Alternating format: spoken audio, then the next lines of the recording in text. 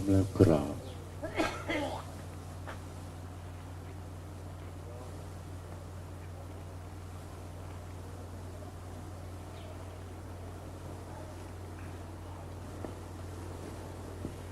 โยโสภะคะวะอะระหะสัมมาสัมพุทโธภะวะอะระหะโตเยนะภะคะวะตาธัมโมสุปฏิปันโนยัสสะภะคะวะโตสาวกสังโฆธัมมยังภะคะวันตังอะธัมมังอะสังฆังอิเมหิสการเรหิยะตารังอารปิเตหิอภิปุชยามะสาธุโนอันเตภะคะวะตุติระปารินิพุตโตปิปัจฉิมาชนะตานุกรรมปมานาสาอิเมตาการเรทุปตะปันนาการะโภเอปฏิคันหาโตอมหาคังติกราตาอิตายะสุขายะอะระหังสัมมาสัมพุทโธภะคะวะพุทธะภะคะวันตะอภิวาเท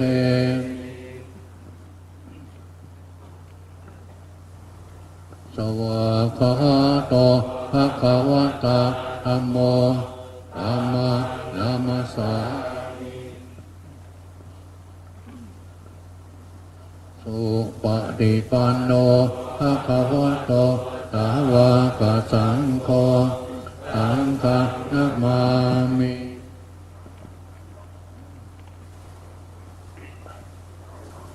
ธรรมยังพุทธัสสะภะคะวะโตปุปปะปะนะมะการันเทวะพุทธานุสตินยัญจกะโรมาเสยนะโมตัสสะภะคะวะโตอะระหะโตสัมมาสัมพุทธัสสะนะโมตัสสะภะคะวะโตอะระหะโตสัมมาสัมพุทธัสสะนะโมตัสสะภะคะวะโตอะระหะโตสัมมาสัมพุทธัสสะตังโฆปะนะภะคะวะตังเอวะตังยะโตกิตติสัทโธอะภุคาโตอิติปิโส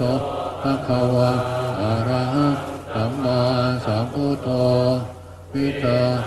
จารณะสัพพันโนสุขโตโลกาวิโตอนุตตรปุริสธรรมะหาราติสัตหังเต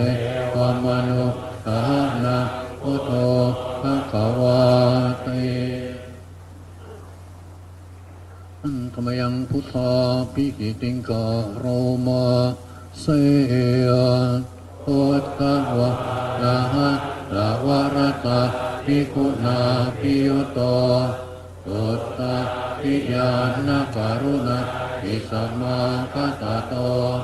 โอเตสิโยสุตนะตาปัมมะรังวาสุโรวันตามหาละมรณะอิราสาทิเนตังพุทโธสัพพปานินาการณะเทวมุตตะมังปัตตมะโนสติตานะวันตามิตาสิเรนะหังพุทธะสาหันจาวิตาโตวะพุทโธสาวิกิสโรพุทโธโอภาสตาจาวิตาอาจาหิตาสเมพุทธะสาหังนิยาเอมิสาริระชีวิตันติตังปันกันโตหังจาริสามิพุทธะเทวสุโพธิตังนาทิเวสารณะอัญญาพุทโธเมสารณะวรัง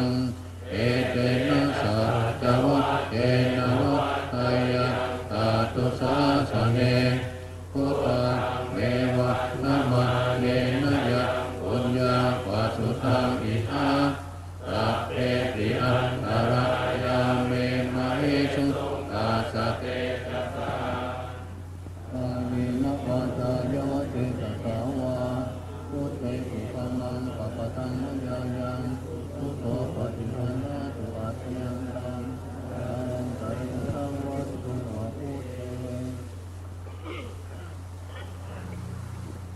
มยังธรรมานุสตินยังกโรมา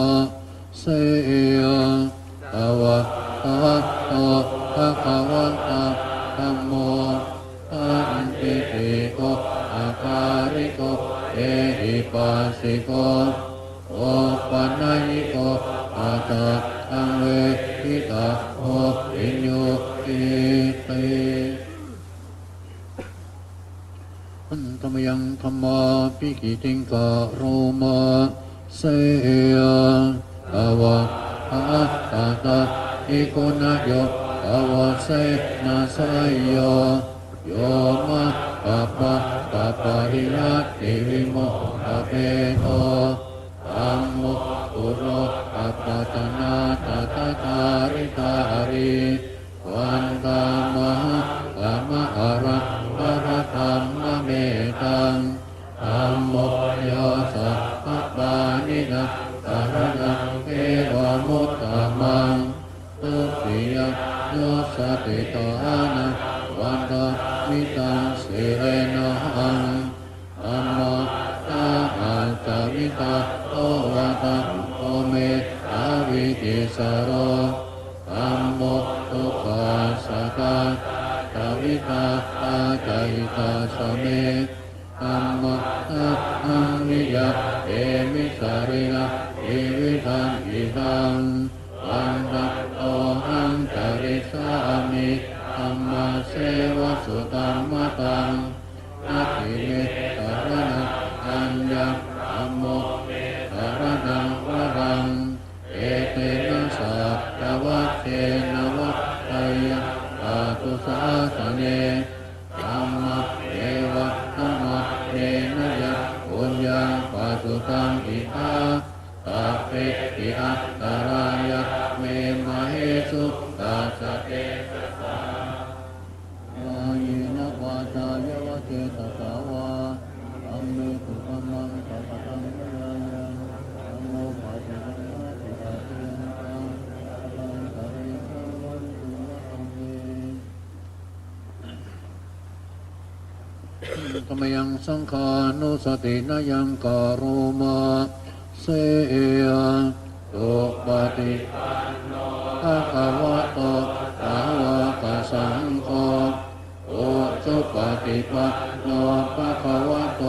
สาวกสังโฆญาณปฏิปันโนภะคะวะโตสาวกสังโฆกามิติปฏิปันโนภะคะวะโตสาวกสังโฆยะติตัพยัตตาริปุริสายุคานิอัตถปุริสปุคาราเอสะภะคะวะโตสาวกสังโฆอาหุนัยโยปาหุนัยโยอังคินัยโยมัญจาริการณิโยอนุตตรปุญญเขโยตัสสะติธรรมยังสังฆาปิกิติงกโรมาเสยตะธัมมะโตสุปฏิปัตติคุณาติยุตโตโยทัพพิโตอริยปุพพะสังฆเกโตทิลาทิธรรมะภวระสยกายจิโตวันตามหะธรรมริยะนะคะนังสุสุตังตังโกโยสัพพะปะทินังสารนังเอวะมุตตะมังอาติยะโนสติตานังวันวามิตะวิเรนะหังตังคัสสะหะจามิตะโอวะสังโฆอาวิกิสโรตังโกตุปัสสะตาจาริตาตาใจตาสเมตังคัสสะหะนิยะเอมิสาริระเอวิทังวิดังวันตันโตหังจาริสามิตังคัสโตปะยุปันนะตังนาติเมสารนังอัญญตังโกเมสารนังวรังเอเตนะสัจจวัตเตนะวัตไตยะตาตุสาสเนตังคังเมวันตมะเมนะยะปุญญังปัสสุตังอิท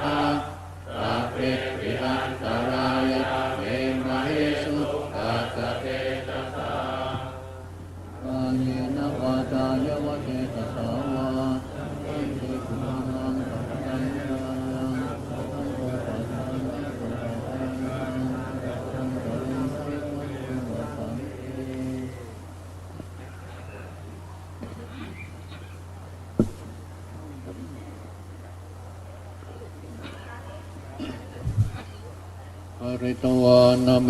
ตังสเมตังพะทันตาอวิคิสติตาปริตังพะนันโตสักเคกามเมจารุเปกิริสิปรัตเตจันตริเควิมาเนทิเปรเตจะคาเมตารุวนาอะหะเนอาวาสุมิเกเตอุมมาจยันตุเทวาชระทะระวิสเมยขะคันทปนาภาติตันตาสันติเกยังมุนิวาระวัตนังสาธโอเมสุนันโตพุทธัสสนากาโรอายัมปทันตาอัมมัสสวนากาโรอายัมปทันตาสังฆยิรูปาจนากาโรอายัมปทันตา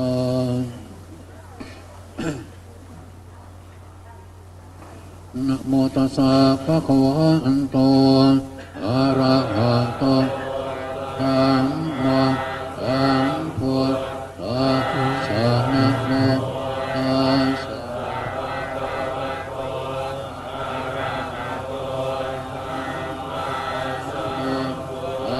สะนะโมตัสสะภะคะวะโตอะระหะโตสัมมาสัมพุทธัสสะนะโมตัสสะภะคะวะโตอะระหะโตสัมมาสัมพุทธัสสะพุทธังสรณะอัจฉามิธัมมังสรณะอัจฉามิสังฆังสรณะอัจฉามิทุติยมปิพุทธังสรณะอัจฉามิทุติยมปิธัมมังสรณะอัจฉามิทุติยมปิสังฆังสรณะอัจฉามิตติยมปิพุทธังสรณะอัจฉามิตติยมปิธัมมังสรณะอัจฉามิตติยมปิสังฆังสรณะอัจฉามิสัมพุทเตอัตตเวอัตวะอาสัตตัสสะอาสาเกปัญจสัตตะสะอาตานินัมมะวิสิรสาอาเกสะอัมมะตัสสะปัญจอะคะเรนะนะมามิหังนะมะกาละนุภาเวนะหะภวาสะเออุปันตเวอเนกาอันตรายาปิวินัน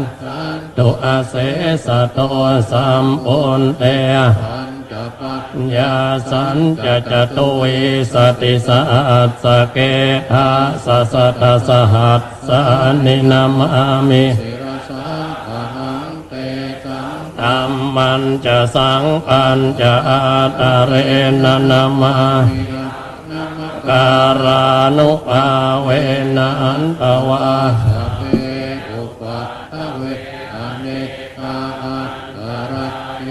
ปิวินัสสันตุ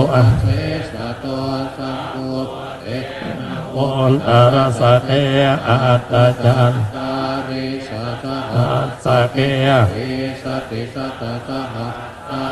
นามามิสิรสาอาหังเท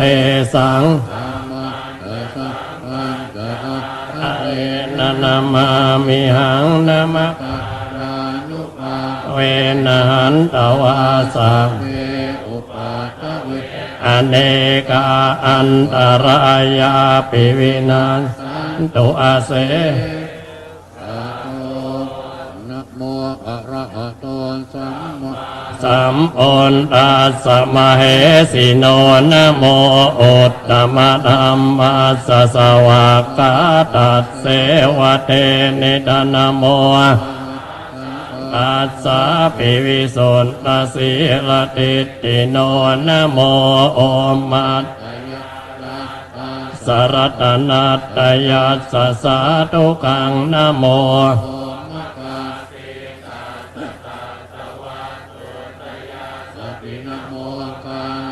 ปะปาเวนะวิกัจฉันตุปัฏฐ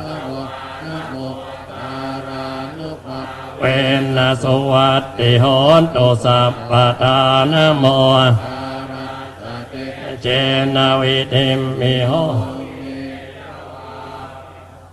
อาวุเทวามนุสายามะปารานิอาตินอายุ ยุงอากังกมานา โอทานะโรหิมะปรมุ มุตตมังอเสวนาจะปาลา ยังปันติตานะยาเสวนาโอทา จะโพชนิยานังเอ ธัมมะปรมุ มุตตมังปฏิโรปเทสวะ โสตะโก วงเอจักตะปุญญาอัตตสัมมาปณิติกะเอ ธัมมะปรมุ ตตมัง ปาอุสัจจันตสิปั ปั น ญจวินโยจะสุสิ สิโตสุภาสิตาจยาวะ ตาเอตัมมังกลมุต ธรรมังมาตาปิตุอุปาทานา ปุตตตารัสสะสังอาโออนาคุลา จะกังวันตา เอตัมมังกลมุตตมัง ปานันตตัง มจริยาจยาตกานันจะสัง ภาวนวัจ จานิกัมมานิเอตัมมังกลมุต ธรรมังปาติ วิรติปาปามัจจปานา สังเกตุปัปปะ มาโตจะดัมเมสุเอตัมมังกลมุตตมัง ปาระโมจนิวาโตจะสันตุติจะกตัญญู ยุตากาเลนะธัมมัสสวนัง เอตัมมะปรมุตตมังสันติ จะโสอจัตสตาสมนานันจะได้ สนังคาเลนะธรรม มัจจากัจจาเอตัมมังกลมุตตมัง ตะโพจะพระมัจจริยาจะอริยสัจจา นาตัสสนัง ปานาสัจจิกิริยาจะเอ ธัมมังกลมุตตมัง โตโตกรุตะตะ เมจิตตังยัสสนกรรมปฏิอโศกัง เวนะเวนะเอตัม มังกลมุตตมัง เอตาติสานิกาตะปานะสัพพะธรรมปรักขิตา สัพพัตตโสติงกัจจันติตันเต มัปปะระธรรมานิ86เอวเมสุตังเอ กังสมัยยังอากวาภาราณสียังวิหารติอิสิปตันเดมิกตาเยตรัตระโกปะกะปัญจวัคคีเยภิกขุอามันเตสิทะเวเมภิกขเวอันตาปัปปจิเตนะนะเสวิตา จายังกาเมสุกามาสุขันลิกานุโยโกเอโนกัมโมปุตโตจานินาริโยอนัตติโตโยจายังอัตตกิลมัฏฐานุโยโกทุกโขอนาริโยอนัตต เตเตอิกาเวอุโออันเตอนุปกัมมมัจฉิมา เตนะอภิสัมโอนทาจักกุกระอุปสมายะอภิญญายสัมโอนอายเนมนายสังวัตติกตมาจะสาเอกเวมัชฌิมาปฏิปทานะอภิสัมโอนตาจักกุกรณียานกรณียอุปสมายะอภิญญายสัมยาเนมปานายสังวัตติอายเมวะอริโยอัตตังคิโกมัคโคไสยทิทังสัมมาสังกัปโปกัมมันโตสัมมาอาชีโวยาโมสัมมาสติสัมมาสัมมาทิอายังโคสาภิกขเว ปฏิปทาตถาคเตนะอภิสัมโอนตาจักกุกรณียานกรณียปิญญายสัมโอนอายนิมอานายสังวัตติทังโคปนาภิกขเวทุกขังอริยสัจจังชาติปิทุกขาชรามรณะปิทุกขังโสกปริเทวทุกขโทมนัสสุปายาสาอัปปิเยหิสัมปโยโกทุกโขปิเยหิวิปปโยโก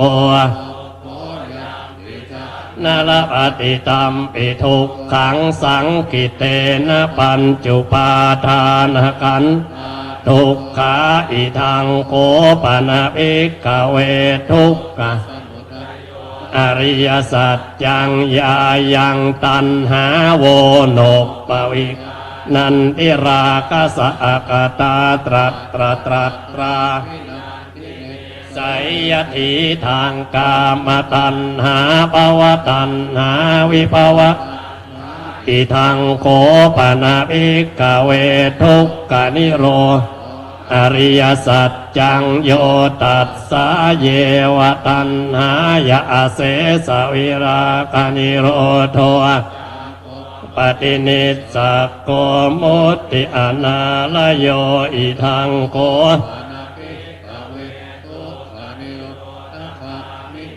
ปฏิปทาอริยสัจจังอายะเมวะอริโยอัตถังกิโกไสยถีทางสัมมาทิฏฐิสัมมาสังกัปปะวาจาสัมมากัมมันโตสัมมาวายาโมสัมมาสติสัมมาสัมมาอริยสัจจันติเมเอกเวปุมเออนันนุตสุเตสุดัมเมสุจักขุงอุตตปาติญาณังอุตตปาติวิชชาอุตตปาติอาโลโกอุตตปาติตังโคปนิทุกขังอริยสัจจังปรินติเมเอกเวปุมเออนันนุตสุเตสุธรรมเมสุจักขุงอุตตปาปัญญาอุตตปาติวิชชาอุตตปาติอาโลโกอุตตปา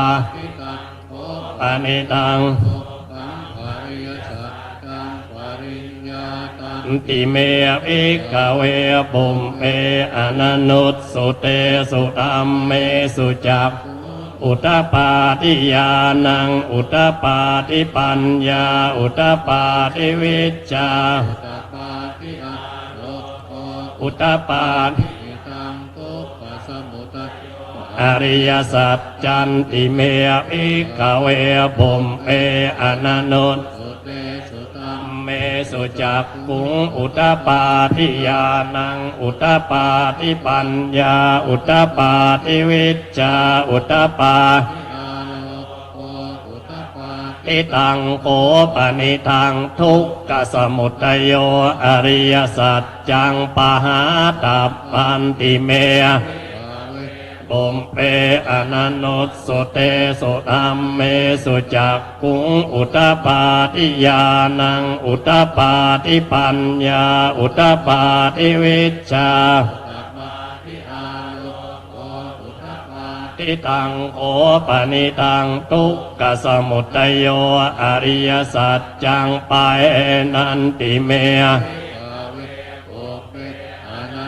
สุเตสุธัมเมสุจักขุงอุตตปาทิญาณังอุตตปาติวิชชาอุตตปาทิอาโลโกอุตตปา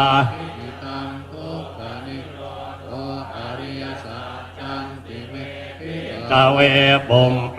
อนันนุตสุเตสุธัมเมสุจักขุงอุตตปาทิญาณัง จาอุตตปาติอาโลโกอุตตปาติตังโกปะนิทุกขานิโรโธอริยสัจจังจัตติกาตัปปันติเมเออนันโนสุเตสุธัมเมสุจักขุงอุตตปาติญาณังอุตตปาติปัญญาอุตตปาติวิชชาติอาโลโกอุตตปาติตังโกปะนิทุกขานิโรโธอริยสัจจังจัตติกตันติเมสุเตสุธัมเมสุจักขุงอุตตปาติญาณังอุตตปาติวิชชาอุตตปาติอาโล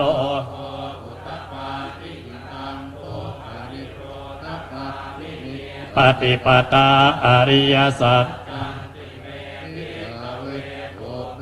อนันโนสุเตสุธัมเมสุจักขุงอุตตปาติญาณังอุตตปาติวิชชาอุตตปาติอาโลอุตตปาติตังโกปะนิทังทุกขังมินิปฏิปตาอริยสัจอันติเมอิกเวปุมเปอนันโนสุเต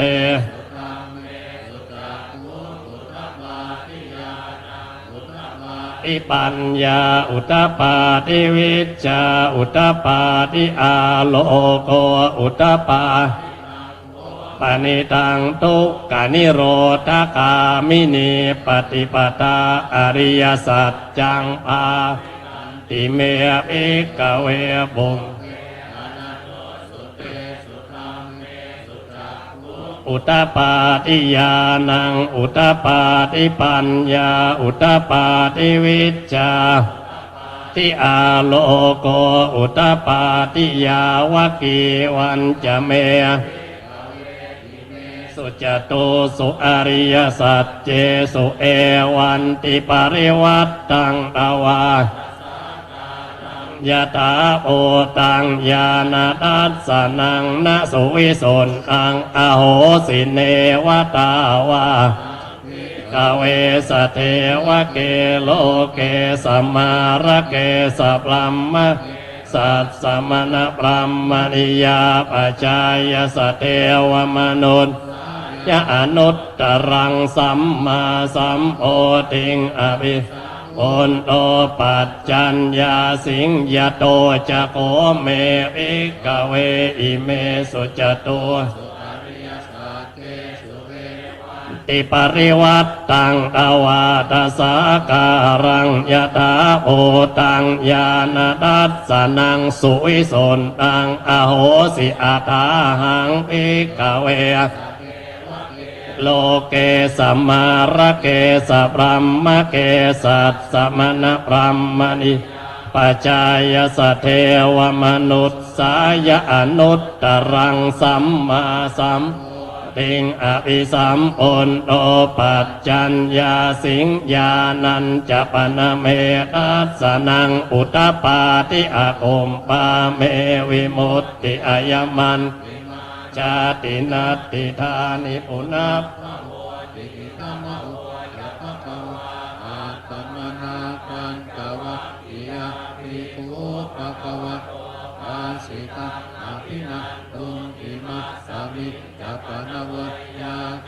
นัสสมิงอัญญมาเนอายัส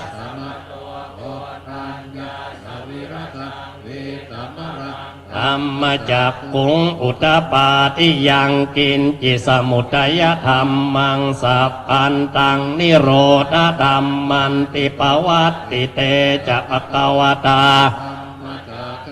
อุมมาเทวาสัตตมนุษสาเวสุงเอตัมภควตาภาราอิสิปตเนมิกทาเยอนุตตรังธรรมจักกังติตังอัปปติวัตติยังสมเนนวาพลัมมเนนวาเทเวนะมาเรนวาพลัมมุนา เกนะจิวาโลกัสสมินติ อุมานังเทว วานังสัตตังสุตวาจาตุมมหาราชิกาเทวานุสสาเวสุงจาตุมมหาราชิกานังเทวาสัตตังสุตวาตาวติงสาเทวาสันตมนุนเวสุงตาวติงสานังเทวานังสัตตังสุตวามาเทวาธรรมโนสาเว สุงยามานังเทวานังสัตตังสุตวาตุสิตาเทวามนุสสาเวสุงตุสิตานังเทวานังสัตตังสุตวานิมมานรติสัตตมนุสสาเวสุงนิมมานรตินังเทวาสัตตังสุตวาปรนิมมิตวสวัตติ วาสัทธมโน สาเวสุง ปรณิม มิตวสวัตติเทวานังสัตตังสุตวา มัมมะปริส จัจจาเทวาสัตนมนุนสาเวสุงรัมมปาริจัจจานัง เทวะ อนังสัตตังสุตวาปรัมมปโรหิตาเทวาสันนมนุน สาเว สุงปรัมมปโรหิตานังเทวานังสัตตังสุตวามหาปรัมมาเทวา สัทธมโนสา เวสุงมหาปรัมมานังเทวานังสัตตังสุตวาปริตตาภาเทวา สัทธมโน สาเวสุงปริตตาภานังเทวานังสัตตังสุตวาอัปปมานาภาเทวา สัทธมโน นุสสาเวสุงอัปปมานาภานังเทวา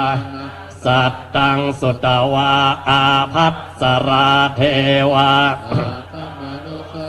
เวสุ อาภัสสรานังเทวานังสัตตังสุตวาปริตตสุภาเทวา สัทธ มนุนสาเวสุงปริตตสุภานังเทวา นัง สัตตังสุตวาอัปปมาณสุภาเทวา สัทธมโนสาเว อัปปมาณสุภานังเทวา นัง สัตตังสุตวาสุภกินนากาเทวา สัทธมโนสาเว สุงสุภกินนากานังเทวานังสัตตังสุตวาเวหัปปลา เทวะสัทธ มนุสสาเวสุงเวหัปปลานังเทวา นัง สัตตังสุตวาอวิหาเทวาสัตตมนุส สาเวสุงอวิหาร นังเทวานังสัตตังสุตวาอัตตปปาเทวา สัทธมโน นุสสาเวสุงอัตตปปานังเทวานังสัตตังสุตวาสุทัสสาเทวา สัทธมโน นุสสาเวสุงสุทัสสานังเทวานังสัต อัง สุตวาสุทัสสีเทวาสัตตมนุน สาเวสุตัสสีเทวะ นางสัตตังสุตวาอากานิตตกาเทวาสัตมนุสสาเวสุงเอตัมปะกวตาภาราณสียังอิสิปตะเนมิกทาเยอนุตตรัง ธัมมะ จักกังปวัตติตังอัปปติวัตติยังสมเนนวาพรหมเน นวะ เทเวนวามาเรนวาปลัมมุนาเกณจิวาโลกัสสมินติ อิติหะเตนะ กันเนนะเตนะโมเตนะยาวะปลัมมโลสัตโตอัปปุกัสสิอายัญจัทสสหัสสีโลกธาตุสังปิสัมปะกัมปิสัมปะเวทิอัปปมาโน จะโอลาโตโอ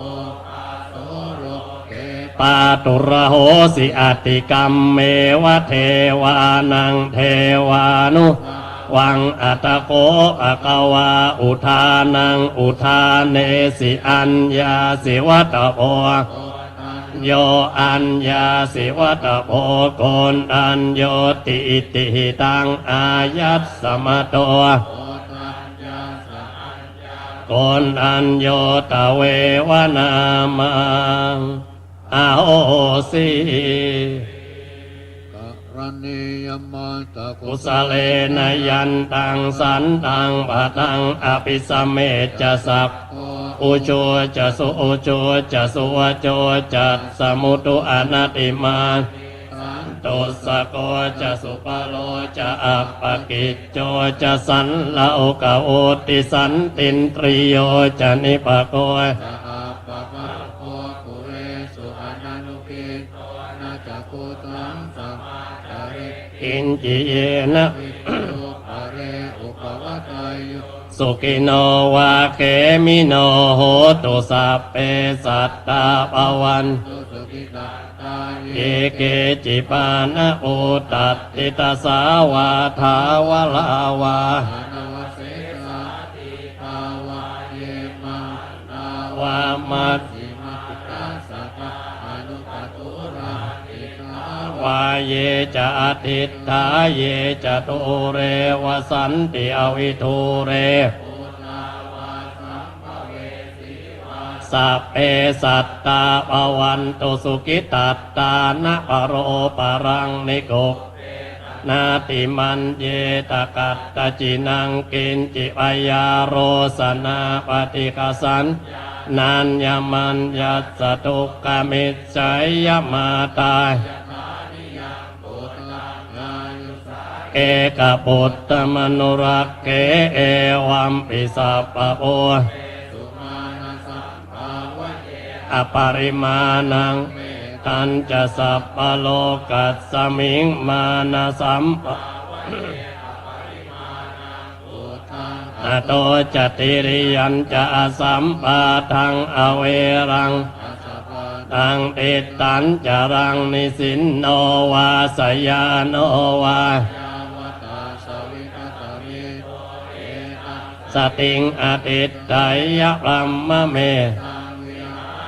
อิตามาอุติตินจานุปกรรมศีลวาวินัยยะเกตังนัยจาปัสสัยยังปุณเรติติอัปปมาโนธัมโมอัปปมาโนสังโฆปมาณวันตานิสิริงปุณณานาอิสระโอโมสิกากตาเมเมปริตตาปฏิกรรมันตุโอตานิโสหังภะคะวะโตนะโมสัตตันนังสัมพุทธาปุณโนสัจจังโสใจยนุตตยา นากาหามิสัจจกิริยมนุตตรังอาวัจจิตวาธัมมะพลังอุปปเกจิเนสัจจะปรมวัสสายสัจจกิริยมกาสหังสันติปักกาอปัตวัญจนามาตาปิตาตปฏิกรรมสาสัจเจอาปัจจริโตสิกิวัจเจสิโสรสการิสัจเจนะเมสโมติเอสาเมสัจจปารมีเอกราชาอริสวรรณโนปัตเวปปปาโสตังตังนามัสสามิอริสนังปัตเวปปปาสยัสสกุลนาวิหาเรมุรัตติงเยปรัมมนานะโมเตจะมังปาลยันตุนามัตตุโอตานังเ นะโมวิมุตติยาอิมังโสปริตตังกัตตวาโมโรสัมปะยิอิติปิโสภะคะวะอะระ ระ หังสัมมาสัมพุทโธวิชชาจารณะ วันโนสุ กโตโลกวิโทอนุตตโรปุริสธัมมะ อาทิสัตถะวะมนุสสานังพุทโธ ภะคะวะติสวากขาโตภะคะวตาธัมโม สันติติอาคา ลิโกเอหิปัสสิโกโอปัญญิโกปัจจัต ตังเวทิตาโอวิญโยอิ ติสุปฏิปันโนภะคะวะโต สาวกสังโฆปุสุปฏิปันโนภะ ภะคะวะโตสาวกสังโฆยายะปะ ฏิปันโนภะคะวะสาวกสังโฆสามิ จิปฏิปันโนภะคะวะโตสาวก สังโฆยติ จัตตาริปุริสยุคานิอัตตปุริสปุกกลาเอสะภะคะวะโต สาวกสังโฆอะ อุนัยโยปาอุนัยโยทักกินัยโยอัญชลี สารณิโยอนุต ตารังปุญญาเกตังโลกัสสา หน้า71วิปัสสนามาต ตุจักกุมันตัสสะสิริมโตสิกิตสปินามัตตุสัพพะโอตานุกรรม ปิโน เวสสะอุตสนามัตตุนาตกัสสะตะปัสสิโนนามัตตุกะกุสันตัสสมารเสนะ ธรรมทิโนโกนาคมัสสนามาสุปังมนะตาวุติมัส กัสสะปัสสนามัตตุวิปมุตตัสสะสัพปฏิอังคีรสัสสนามัต ตุสากายโพตา สสิริมโตโยอิมังอัมมะมะเตเสสิสัพปตุ อาปานุตัน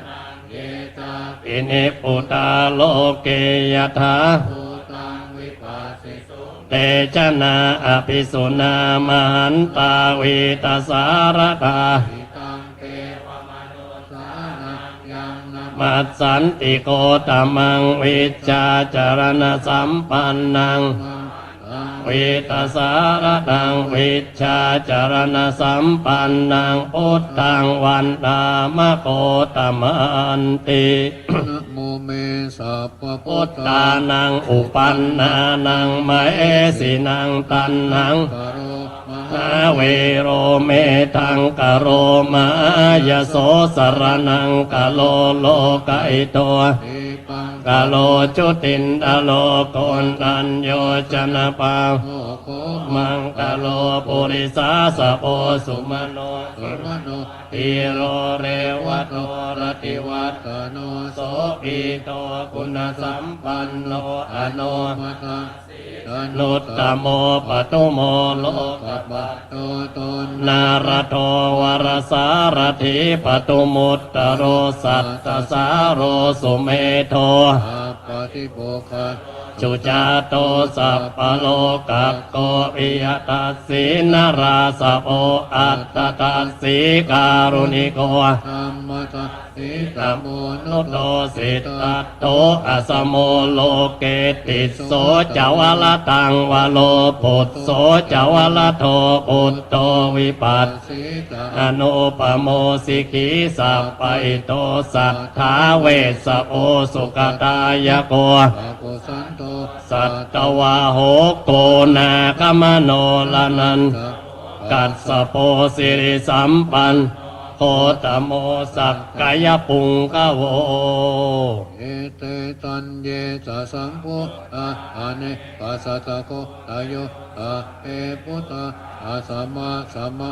สัพเพปุตตามะเอติกาสัพเพทัสสะพะโลเปตาเวส สราเท เทหุปากตาสัพเพเตปฏิจานันติอา สะ ตานามุต ตมังสีหานาตังตะตันเตเตป ป ริ ริสาสวิ วิสารตาพรหมจักกังปวัตเตนติโลเกอัปปติวัต ติยัง อุเปตาอุตตธรรมเมหิอัตถารสยนายกาวัตติงสลักกนุเปตาสีตยานุพยัญชนะ พยามาปปายโสปปาสาเป เอเตมุนิกุญจลาอุตตาสัพพัญยุโนเอเตสัพเพ หินา สวาชินามาปปามาเตจามาปัญญมาปลามาการุณิกาธีรา สัพเปสานังสุขาวะ อิปานาตาปฏิตาจตานาเล นา ต จะ ปานินางอติปันโตมหัสสาสาสรณา ไตเตสิโนสเตวะปัส ส สะ โลกัสสะสัพเอเอเตปรายนาเอ สะอัง ศิรสาปาเตวันตามิป ป ริ ริ โส โสตเม วจสามนาสาเจวะวันตาเมเตตถา คเตสยา อาสเนธาเนกมเนจาปิสั สั พ พปตา สตาสุเกนรักกันตุพุตตาสันติกราตุวัง เอหิตา รักติโตสันโตมุตโตสัพพปะเยน นาจะสัพพะโรควินุต โตสัพพะตา ภาวะอิโตสัพพะเวรมติอันโตเอปุโต จตุวัง ภาวะเตสังสาเจนะสิเลนะคะอิเมอาปะเรนะจะเตปิตุม เอเอนะขันตุอาโรกเยนะสุเขนะจะปุรัตติมัสสมิงติสาภา สันติ ติปูตามหิติกา เอ ปิ ปิ ตุมเหอนุรักขันตุอาโรกเยนะสุเข เขนาจะทากินาสมิ มิ ง งติสาภาเกสันติเทวาม เหติกาเอปิ ปิ ตุ ตุมเหอนุรัก ขันตุอาพระเยนนะสุเขนาจะปัจจิมาสมิงติสาภา เกสันตินาคาม เหติกาเอปิตุมอนุราคันตุอาพระเยนนะสุเขนาจะอุตตราสมิงติสาภา สันติยักษ์ อามาอิกาเอปิตุมอนุราคันตุอา โต พ ก ระ เย เยน นะ นะสุเขนาจะปุริมาติสังตตารา ทักขิเนนวิรุณอโกปัจจิเมนวิโรปะ โคกุเว อุตตรังติสังจัตตา โตเตมหาอาสะโลกปะอายสาติ เตปิตุมเห อนุราคันตุอาพระเยนนะสุเขนาจะอากาสตาจะปุม มัตตาเทวานาคา มหิทิกาเตปิตุมอนุราคันตุอา อาโรกเยนะสุ สุเขนาจานาติเมสารนังอันโอโต โตเมสรนังวรังเอเตนะสัจจวัต เจนะโอตุกายมะปารังนาติเมสารนังอัญญังธรรมโม สรนังวรังเอเตนะสัจ ตวะเจนะโอเตชยมะปารังนาติ ติเมสรนังอัญญัง สังโฆเมสาระวรังเอนะ สัจจวัตเจนะโอน ตุชยมะปารังยังกินจิรต อนังโลเกวิจติวิวิตังอุตุรัตนัง โอตาสัมนาทิตาสมาโสดภะวะโตเตยังกิน จิรัตนังโลเกวิจติวิวิตังอุตุรัตนัง ธัมมาสมังนาทิตาสมโตติ ทิภวันตุเต ยังกินกิรตนังโลวิชติวิวิโอตุรตาสังฆาสัมนาทิ ทิตัสสมาโสติ ภะวะโตเตยังกินสากาตวาพุทธรัต ตนังโอสตังอุตตมังวรังอิตังเทวมนุษย์ นานะพุท ต ธ เตเจนะโสต เอนา นั นะ สสันตุปัตตวาสัพเพทุกขาอุปสมเมน โตเตสากาตา ธรรมรัตนังโอสตังอุตตมังวรังปริราหูปสมัง อ ธัมม เตเจนะโสตินานัสสันตุปัตตวาสัพเพปยา อุปัสสมิตุเตสะ กัตตวา สังคารตะโอสัตังโหตะวะระ อาหุนายยังปา ปุณยังสังกะเสนะโสตินาสันตุปัตต วาสัพเพ อุปัสสมิตุเตทุกขปัตตา จนิตทุกขาอยัปปัตตา จานิปะยาโสปะปะจานิโสปะ โอนตุสัพเพปิปานิโนเอตาวตา อะเอหิสัมปะตังปุญญา กตังสัพเพเทวานุโม อันตุสัพพะสัมปะติสิทานะ นาทันตุสัตตายสีลังลัก อันตุสัพพะทาภาวะอิระ โอนตุกัจฉันตุเทวตากตา สัพเพพุทธาปราปั ปัตตาปัจเจกานันจะยัง อรังอระอานะอาเต เจนารักขังปันดาม มิสัพพะโสบทปรงสังขารมนุษย์เราเอ๋ยเกิดมาทำไม ไปละนิพพาน มี มี สุ สุ ข ข หม หม ด ด ทุ ทุ ก ก ข์ ข์ มีไป ตัณหาหน่วงหนักละคอยจับหน่วงไว้จนไปไม่ได้ตัณหาอุปันละห่วงนั้นพันโปกห่วงโลก ห่วงสา ห่วงทรัพย์สลิงคารสละมันเถิดชีวิตประเสริฐหยุดเกิดนิพพาน ข้ามพ้นสงสารละสังขารไปละยามเมื่อหนุ่มสาวรูปเจ้าก็งามแก่ลง มุ่งหน้า ไม่งามตรงไหนเอ็นใหญ่900เอ็นน้อย ข้าพัน ช่วยยึดสังขารของท่านเอาไว้หนาวมากร้อนมากก็อยากจะตายต้องกินต้อง ตา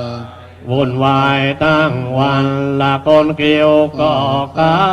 วตาเจ้าก็มัว เส้นผม บนหัวงอกตัวถึงกันละจะลุกก็โอยจะนั่งก็โอยมันดอก ไม้โลด อดโอยสงสารเพิ่งเร่งภาวนา อย่าช้าเร็วพลันลายเห็นสังขารเราท่านเกิด มา เป็นอนิจจังทุกขังอนัตตาสร้างแต่ปัญหาพาให้ทุกข์ ตน ชีวิตต้องตายต้องกลายเป็นผีลูกผัวที่มีเขานี้ สับสน เปื่อยเน่าอุปองพี่น้องทุกคนละเขาช่วยกันก้อนร่างตน เอาไป พวกญาติพี่น้องห้ามล่องสู่เมนลำบาก อยากเห็นทางเป็น นอนใจละต้องถูกไฟไหม้อย่างบนกองฟอนเป็นที่แน่ นอน มาตอนเจ้าตายโลโมโทสารของฉันของ แต่ สิ่งใดไหนแน่แต่งแต่จะนายทรัพย์สินเงิน ต่อ เป็นของนอกกายเอาไปไม่ ได้ ทิ้งไว้ทุกคนละสมบัติทั้งมวลเรือกสวนไรนา ที่เจ้าอุตสาห์ทำมา แต่ตนละใจเป็นเจ้าของจะเอาติดตนละมันไม่ มีผล ให้คนอื่นไปละเงินบาทหนึ่งนานลูกหลานใส่ปากสับปะเหรอยังควักไม่อยาก ให้สาย ในธนาคารลูกหลานเอาไปละตั้งแย่ง แก่งสายหมด ไปไม่นานมนุษย์เราเอ้ยอย่าหลงนักเลยเป็นกรรมก่อเกิดสร้างเวยสังขารจงรีบนำบุญละความจน สินตา มุ่งสู่นิพพานโดยการทุกคนละหังวันตามิสัพพะโสนิพพานปัจจโยโหตุสัพพะทาลสังขารร่างกายต้องกายเป็นปี อยู่ในโลกนี้ไม่มีแก่น ทรัพย์ ทรัพย์สินเงินทองเป็นของสาธารไม่ใช่ของท่านลูกหลานต้องลาอย่ามัวประมาทโอกาสยังมี อย่าห่วงโลกีจะมี ปัญหา โลกนี้แท้จริงและเป็นสิ่งมายา เป็นสิ่งลวงตาใช่ ว่าจิรังสังขารร่างกายอยู่ไม่กี่ปีก็ตายเป็นผีไม่มี ความหวัง เกิดแก่เจ็บตายร่างกายผุพังละทุกวันเดิน ตา สู่ยังกองปอนจะห้ามไม่ฟังละจะรั้งไม่หยุด เป็นสิ่งสมมติตามอดตา สอ อำนาจใดๆละอย่าไปวิงวอนให้ช่วย เราต้องนิวัน สิ้นใจละสังขารเรานี้เป็นที่สังเวชมันเป็น เหตุ สังเกตเอาไว้เดี๋ยวร้อนเดี๋ยวหนาวพวกเราอา ลอย หิวอิ่มเกินไปก็ไม่อยู่นานหนาวก็จะตายร้อนไปก็จะแย่ลำบากแท้ๆนี่แหละ สังขาร ต้องกินต้องถ่ายทนไปทุกวันละดูหน้าสงสารคิดกันให้ ดี สังขารร่างกายทั่วไปเน่าเหม็นมีของกาก เด็ก มองเห็นทุกที่ไหลเข้าไหลออกย้อนยอก หากมี ล้วนเป็นสิ่งที่มีอยู่ทั่ว กัน น้ำเลือดน้ำน้องร้วนของปฏิกูลไหลมา เป็นบุญ ขอบคุณหลายชานข้างนอกเน่าเหม็นมองเห็นทุกวันละอีกข้าง ในนั้นล้วนกัน ไม่งามสังขารร่างกายไม่ใช่ตัว ตน เกิดมาเป็นคนไม่พ้นโดน หา ต้องนอนเปลือยกายให้ไฟลุกลามเมื่อเจ้าโดน นะ สุดเชิงตะกอนผู้ดีเข็นใจละก็ตายเหมือนกัน อย่าลงสัง ขา ลงกันไว้ก่อนลูกหลาน หญิงชายทรงได้ ให้แน่นอนก็แค่กองปอนแล้วย้อนกลับ มา สังขารร่างกายล้นตายเป็นศพเวกพื้นดินกลบอยู่ในปลา ช้า หมูนอนจอนใจละตอมไตกายาเป็นเหยื่อนกกาหมูหมา ในดง กระดูกเกลื่อนกลาดเดียราดทั่วไปละเอ็นเล็ก เอ็นใหญ่ ไร้จุดประสงค์ต้องถูกทอดทิ้งนอนกลิ้ง ในดง เป็นป่ารกพงเฝ้าดง กันดาร กระทำให้แจ้งเจ้าแทงตลอดในจิต นี้ปอด รู้รอดสังขารจุดความกระหายมี ไปนิพพาน ไม่ลงสังขารตัวกันด้วยเถิดจะได้หยุด เกิด มันไม่ประเสริฐตราบใดยังเกิดอยู่ในสงสารจงรีบ ทำบุญญาติ ละอัตตาข้ามอ้นมา ตัวหน้ากันเถิด หน้า15อันธรรมยังพุทธมคราคาทาโยปนามาเสย สัมพุทโธทิปะทังเสทโธนิสินโนเจวะมาจิเม โอทา อัญโยบุปปาเกจาอาคานายเยจากา โอตา ริปุตโตจตากิเน อา อุปาลิจาปัจฉิเมปิจานันโทเอจะขวามปฏิโมกันลาน โน จะอุตตาเร อิสาเน ปิจาราหุโลอิเมโคมังกาลาปุนตาสาเปตาทิติตาวันทิตาเอตาเอหิสักการเรหิจะโป ทิตาเอเตสังอา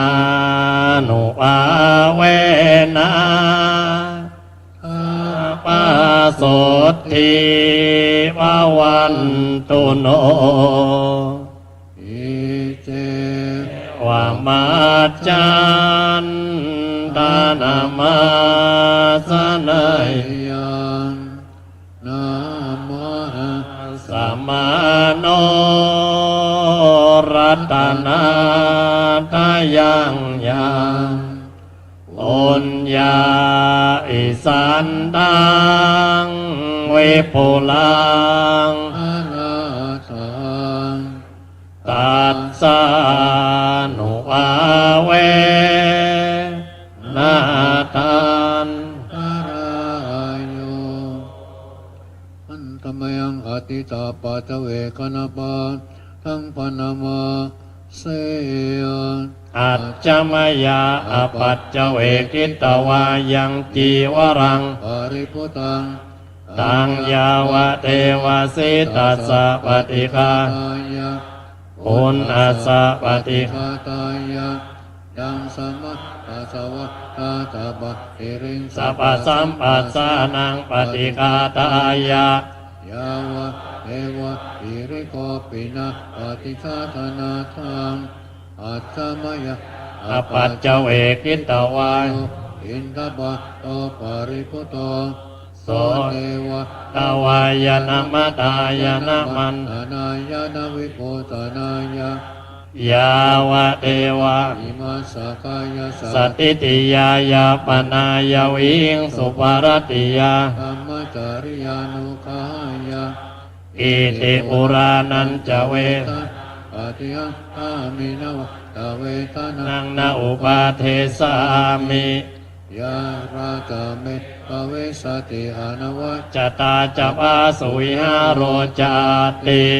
อาชมยะอาปาสเวกิตวายะเอนะ สนังปาริปุตัง อังยาวะเอวะสิตาสะปฏิฆาตายะ ปุณอัสสะปฏิฆาตายะ ยังสมะกาสวะตาตาบะเอริงสบะอัมภาสานังปฏิฆาตายะยาวะ วะเทวะ อุตุปริสยวิอานะปฏิสันลานะธรรมาทังอาช จมยาอปัจจเวกิตวา กิรานะปัจจยเบ จัตตปาริคาโร ปาริพุโตโตยาวะเอวะอุปันนะ วยาปาติกานังเวทนานัง ปฏิฆาตายะอาปยะปัจจปรมัตตายาติธรรมยังอุติสนาติตานาคาทายโยปานามาเสย อิมินาปุญญกรรมเมนะอุปัจจยาคุณนุตตรา อาจาริโยปะกาลักตมาตาปิตาจยาตกาปิยามะมะตุริโยตันติมาลักตาคุณาวันตานราปิตาอัมมะมะอาจาอินตาจตุโรกปาลตาเทวตายะโมมิตามนุสาจามัจจตาเอริกาปิจาสัพเพสัตตาสุขีโหนตุปุญญานิทานิเมโลกังจาติวิตังเต ย อิมินาบุญญากรรมเมนะอิมินาอุติเส นาจาอิปะตุ ระเอเจวะตันอุปาทานาเจตนัง เยสันตานินาธรรมยาวานิปานโตมะวัง นาสันตุสัพพะตาเยวะยะ สัตตาโตภเวภเว โอจุจิตตังสติปัญญา สันเลโกวิริยมมินามาลาลปัตโตโนอาสังกาตุนตะวิริยสุเมพุทธาติภาวะนาโตธรรมโมนาโตวารุตตโม นาโตปัจเจกอุตโตจะสังโฆนาโทตรมเตโสตมานุภาเวนะ มารุตาสัพพะปันตุมาทัสสะปุญญานุภาเวนะมารุตาสังระปันตุมาอุกาสะอุกาสะข้าพระเจ้า ข้าพ ขอ เจ้า สมาทาน ขอสมา ซึ่ง ทาน พระกรรมฐาน ซึ่งพระกรรม ขอ ฐาน คณิกาสมาธิ ขอคณิกาสมา ปา ธิ ราระสมาธิ ปัจจาระสมา ป ธิ นาสมาธิ อัปปานาส และ มาธิ วิปัสสนาญาณ และวิปัสสนา บั ญางณ เกิดขึ้นมี จงบังเกิด ใน ขึ้นมี ขันธสันดาน ในขันธสั ข น อ ดา ข้า ล พระเจ้า ข้าพระเจ้า จะตั้งสติกำหนดไว้ ที่ลมหายใจเข้าออก ลมหายใจเข้ารู้ ลมหายใจออกรู้3 หนถึง 7 หน100 หนถึง 1,000 หน ด้วยความไม่ประมาทตั้งแต่บัดนี้เป็นต้นไป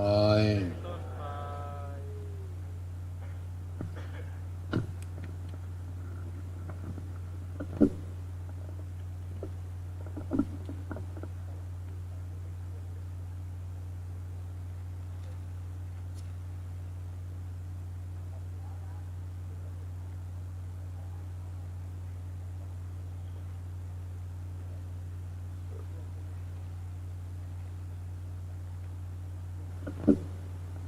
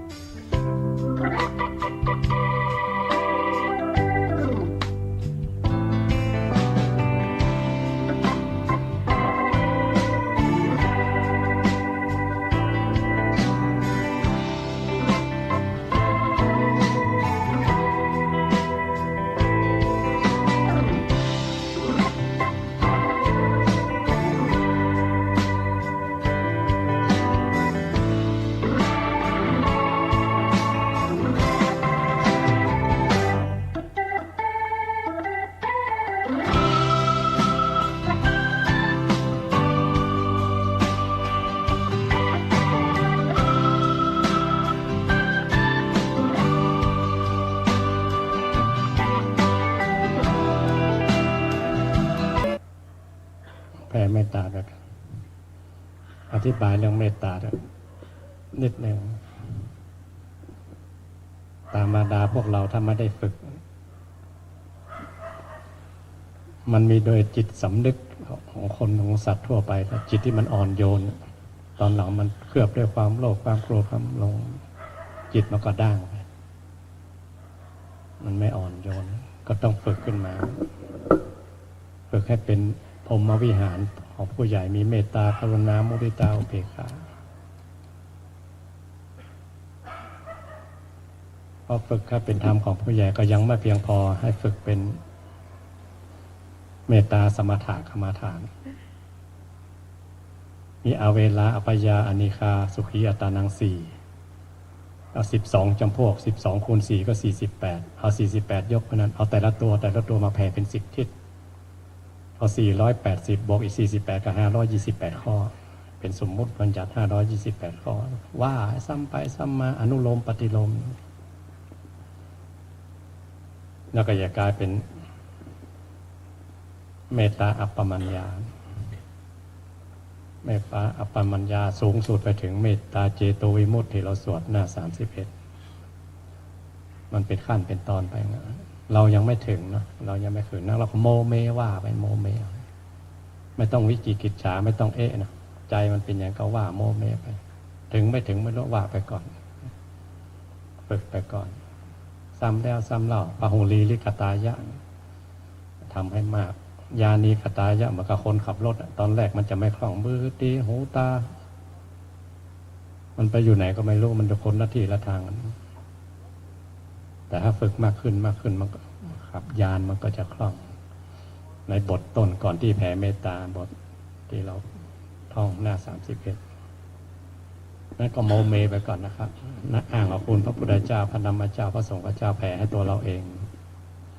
หลังจากนั้นก็ส่งความปรารถนาดีไปยังสรรพสัตว์ทั้งหลาย12จำพวกก็ยกมาพวกใดพวกหนึ่งเป็น10ทิศถ้าจะให้สมบูรณ์จริงๆหลวงพ่อหลวงพี่ไปดูที่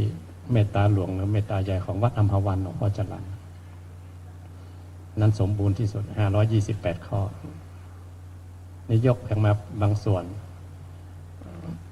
พระเดชพระคุณหลวงพ่อจำเนียนยกมาเป็นบางส่วนไม่เต็มสูตรเราก็จำหลวงพ่อมาเนาะน้อมนึกบุญทุกอย่างที่เราได้ทำมาเนาะ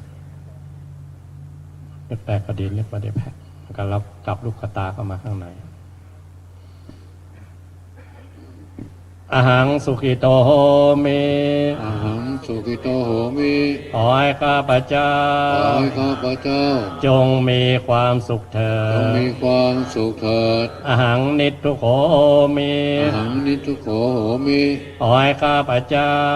ข้าพเจ้าปราศจากความทุกข์ปราศจากความทุกข์อาหังอเวโร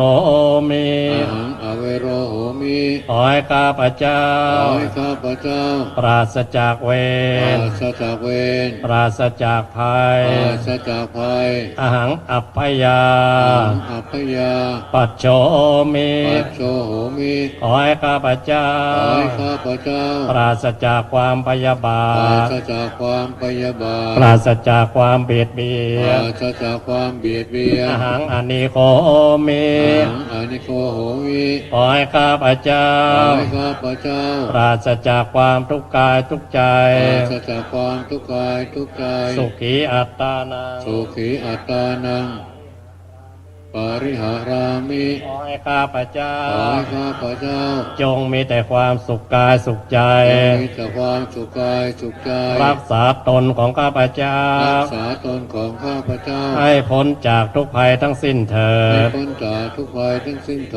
เราส่งความปรารถนาดีให้แก่ทุกกายเราใจเราอย่างไรก็ส่งความปรารถนาดีอย่างนั้นไปยังสรรพสัตว์ทั้งหลาย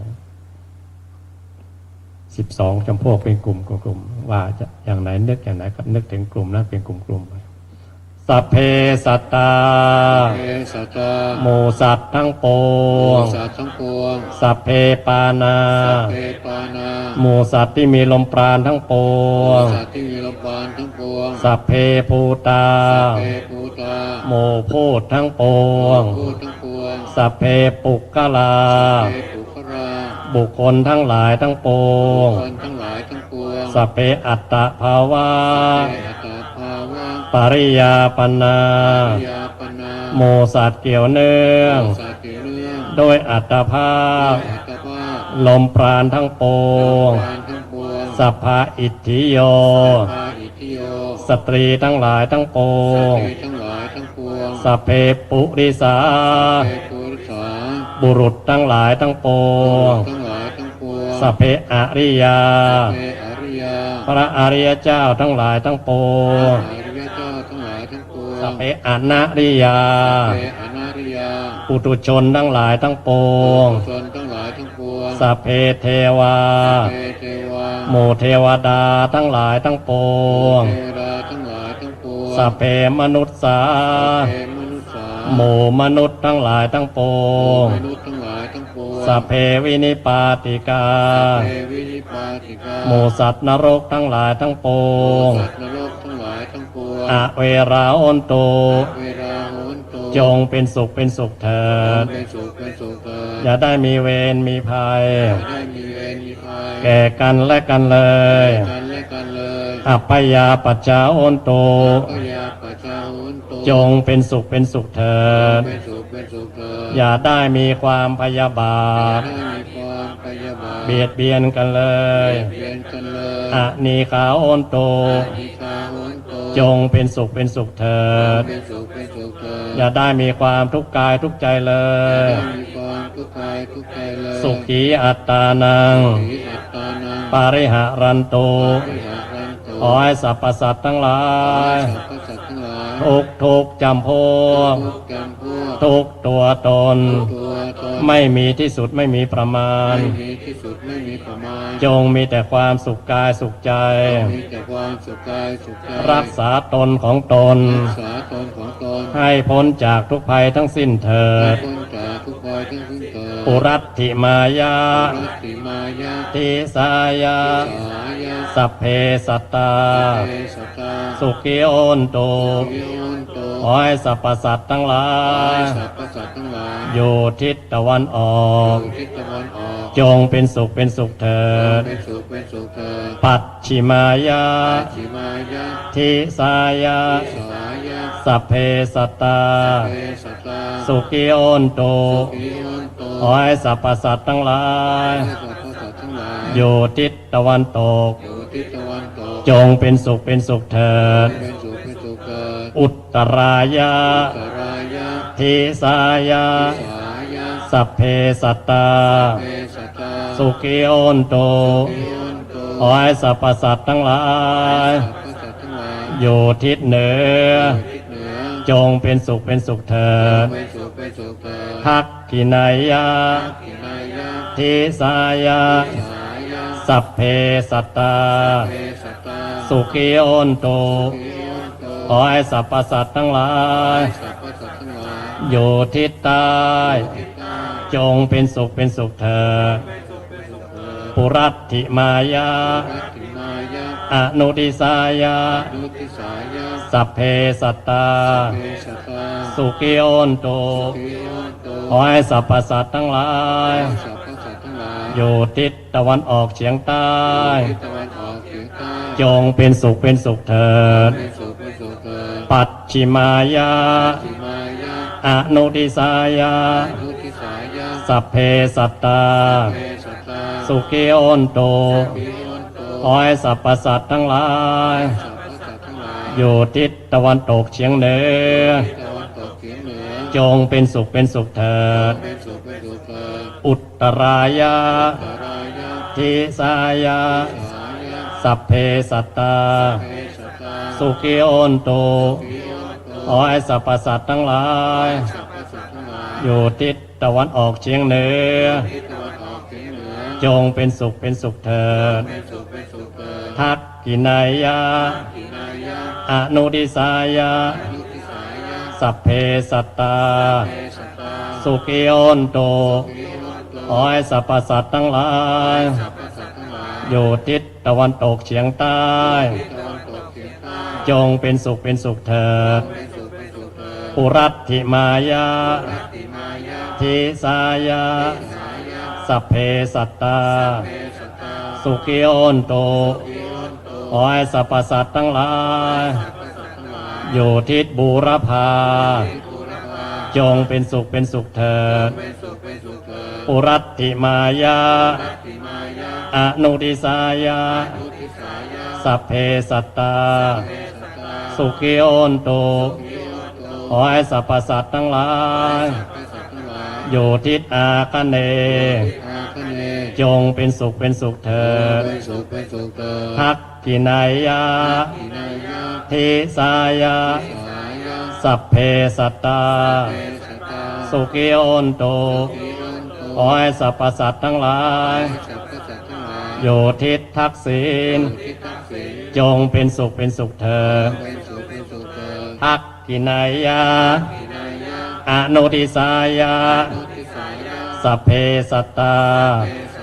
สุขิโยนโตขอให้สรรพสัตว์ทั้งหลายอยู่ทิศหรดีจงเป็นสุขเป็นสุขเถิดปัจฉิมายะทิสายะสัพเพสัตตาสุขิโยนโตขอให้สรรพสัตว์ทั้งหลายอยู่ทิศประจิมจงเป็นสุขเป็นสุขเถิดปัจฉิมายะอนุทิสายะสัพเพสัตตาสุขิโยนโตขอให้สรรพสัตว์ทั้งหลายอยู่ทิศพายัพจงเป็นสุขเป็นสุขเถิดอุตรายะทิสายะสัพเพสัตตาสุขิโยนโตขอให้สรรพสัตว์ทั้งหลายอยู่ทิศอุดรจงเป็นสุขเป็นสุขเถิดอุตรายะอนุทิสายะสัพเพสัตตาสุขิโยนโตขอให้สรรพสัตว์ทั้งหลายอยู่ทิศอีสา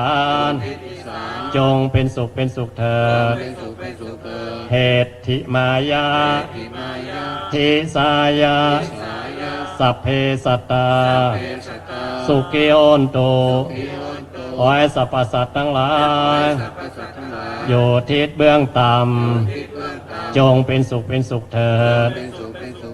อุปริมายะทิสายะสัพเพสัตตาสุขิโยนโตขอให้สรรพสัตว์ทั้งหลายอยู่ทิศเบื้องสูงจงเป็นสุขเป็นสุขเถิดอย่าได้มีเวรมีภัยแก่กันและกันเลยจงเป็นสุขเป็นสุขเถิดอย่าได้มีความพยาบาทเบียดเบียนกันเลยจงเป็นสุขเป็นสุขเถิดอย่าได้มีความทุกข์กายทุกข์ใจเลยขอให้สรรพสัตว์ทั้งหลายทุกทิศทุกทางทุกตัวตนไม่มีที่สุดไม่มีประมาณจงมีแต่ความสุขกายสุขใจรักษาตนของตนให้พ้นจากทุกภัยทั้งสิ้นเถิดอิตังตานะกัมมังเนปปานะปัจจัยโยโหนตุโนเนอิตังศีลกัมมังเนปปานะโหนตุโนนิจังอิตังวานากรรมังเนปานะโยโหนโตโนนิจังยังกินจิกุสสาลังกัตตปังสัพเพหิกาเตหิกา ยังโนอะโนโมทันตุสุนันตุพนโตเยเทวาสมิงทาเนอาติกาตาติกายุกาสัตตาอน โตสัพพสัตตานังสุขีอัตตานังปาริหารันตุมาตาตาสุขีตาอนโตตุกาปามนจันตุสัพเพติกาสุขิ ตาอนโตตุกาปามนจันตุสัพเพยาติกาสุขีตาอนโตตุกาปามนจันตุสัพเพปิสาสัพเพตาสัพเพเปตาสุขิขีตาอนโตตุกาปามนจันตุสัพเพนักขัตตาสุขิตาอนตุกาปามนจันตุสัพเพเทวาสุขิตาอนโตตุกาปามนจันตุสัพเพ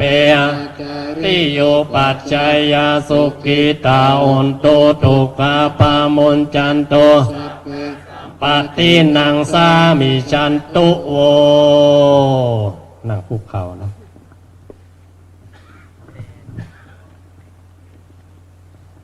ใส่ไม้จัตวาไว้ข้างบนเลยวันตามิพุทธังสัพพเมโตสังฆามาตาเมพันเตวันตามิปังเมโตสังฆามาตาเมพันเตวันตามิปังเมโตสังฆามาตาเมพันเตวันตามิอุปัจจาจาริเยสัพพังเมโตสังฆามาตาเมพันเตวันตามินังสัพพังเมโตสังฆามาตาเมพันเตวันตามิเมพัทธสีมายังสัพพังเมโตสังฆามาตาเมพันเตวันตามิสัพพังสัพพัทธาเนสุปฏิติตาสาริรัตตุมหาโพธิงสกาลังสัตตานากะโลเกเทวะโลเกพรหมะโลเกจมพูติเปลังกาเรราตาตุโยเกสาตาตุโยอรหันตาตาตุโยติงจตุราสิติสาเสธรรมกันเทสัพเพตังปาตเจติอาหังวันตามิสัพพะโสกลากลาหัวติดพื้นเลยเนอะนึกเท้า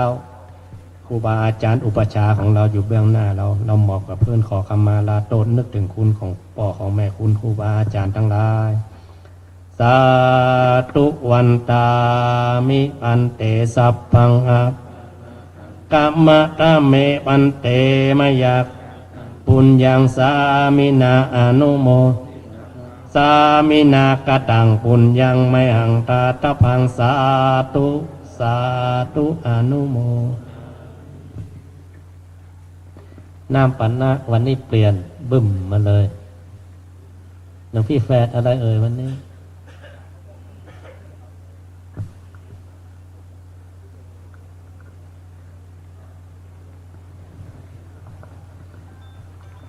มีพระไปถามหลวงพ่อจำเนียนว่าหลวงพ่อทำไมเราต้องแผ่ให้พระอริยเจ้าโดยเราเป็นปุถุชนมันจะเหมาะไหมหลวงพ่อท่านแก้ว่าเหมือนพระราชาจะเสด็จเข้าวังเราไปทรงพระเจริญอันนี้เหมือนกันพระอริยเจ้าท่านจะเข้านิพพานแล้วเขามันก็ไปทรงท่านขอให้ข้าพเจ้าได้ไปอย่างท่านบ้างท่านแก้ไว้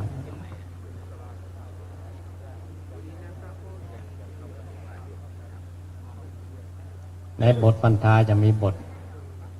เสมายังบางที่เราไหว้เสมาตอนที่เราบวชแบบอุกาสะไหว้ครั้งเดียวเท่านั้นไหว้เสมาแต่ทางเมืองเหนือนี่จะต้องไหว้เสมาทุกครั้งไหว้เสมาก่อนแล้วนึกถึงว่าเราเกิดที่นั่นเกิดในโบสถ์ไหว้ที่เกิดของเราชมพูทีเปชมพูทีเปก็คือไหว้สังเวชนียสถานที่พระองค์อยู่ชมพูคือชมพูทวีปลังกาที่เปก็ไปพระเกี้ยวแก้ว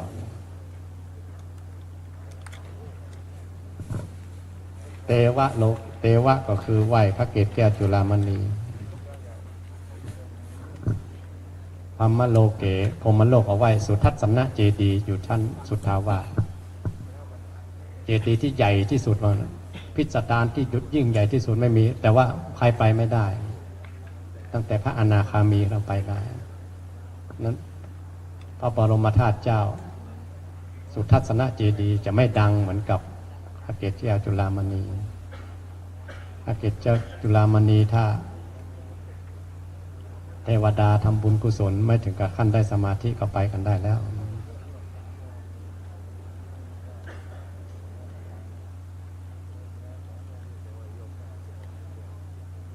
สัพเพนักขัตตาหลวงพี่รู้ไหมว่าคำว่านักขัตตาแปลว่าอะไรติ๊กต๊อกติ๊กต๊อก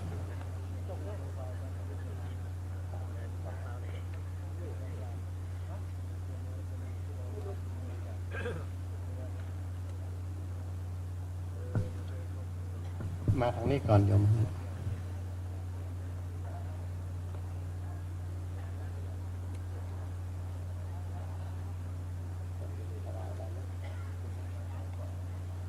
ไปก็อ๋อ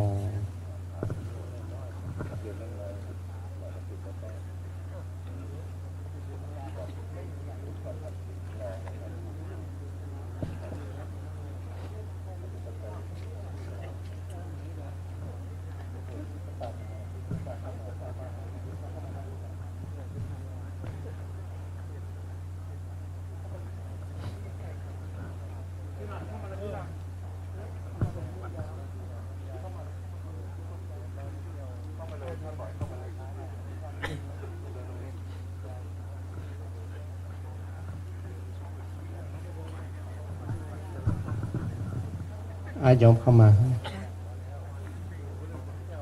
ข้างหน้านี่ครับขออนุญาตหลวงพี่หลวงพ่อโยมที่ถวายปัจจัยหลวงพี่ตั้งแต่เลขที่1 ถึง 100วันก่อน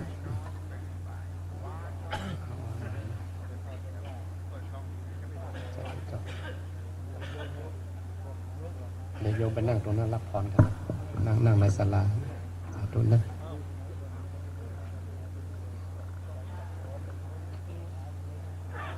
ให้ตอบได้บ้างสัพเพนักขัตตาแปลว่าอะไรสวดกันทุกวันหลายวันแล้วเนาะ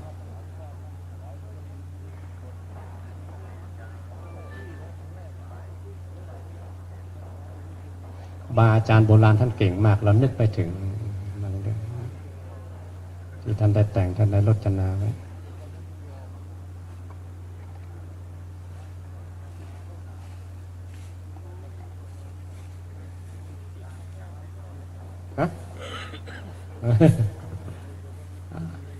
อันสุนักขะแปลว่าหมาผู้มีเล็บงามอันนี้นักขัตตาแปลว่าอะไรหลวงพี่ไมตรีแปลว่า แปลเสียไปเลย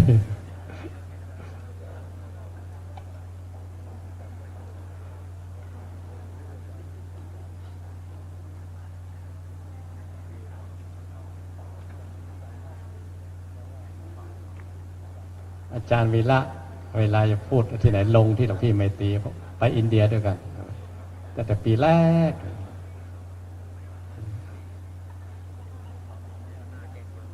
พี่ไมตรีเป็นพระเอกเลย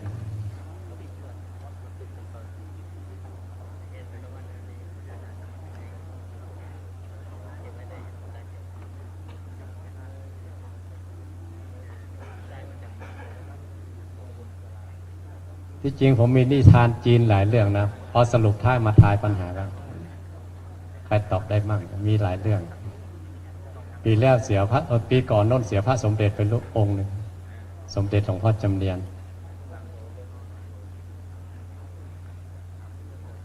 ผมก็นึกว่ามีใครตอบไม่ได้ผมก็ตอบไม่ได้แต่ผมอ่านมาเนาะเขา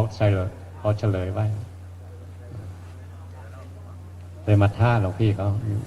ถ้าหนุ่มๆมันตอบได้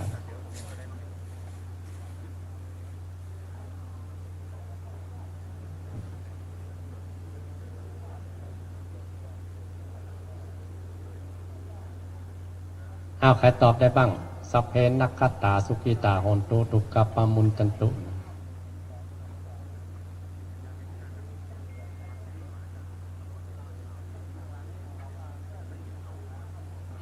ไม่ใช่อันนี้ไม่ทายปัญหานะคนไหนตอบได้หลวงพี่ บุญยืนเนี่ยจะให้พยัญหลวงพ่อจำเรียนโอ้รุ่นนี้หลายปีแล้วเนี่ยอะไม่ใช่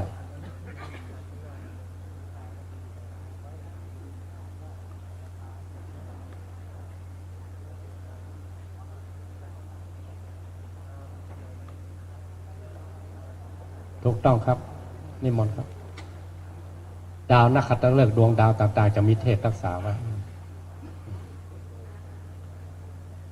ที่ดวงดาวมันไม่ชนกันที่มันมีวงจรเพราะว่าโดยฤทธิ์โดยเดชของเทวดาด้วยวงโคจรที่มันแน่นอนนักวิทยาศาสตร์เขาก็ว่าตามโลกตามจักรวาลเนี่ยมันแต่ว่า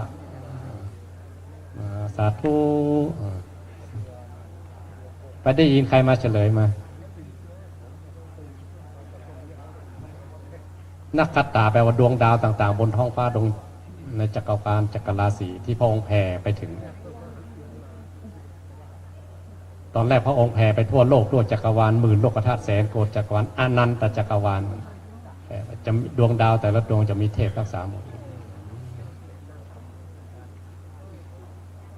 ที่มันไม่ชนกันที่มันอยู่ปลอดภัย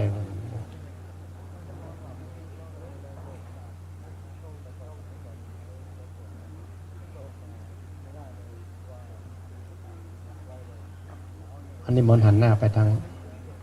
ซ้ายมือนะศรัทธาฮับปอนเนอร์ศรัทธาก็เป็นเนื้อนาบุญนะ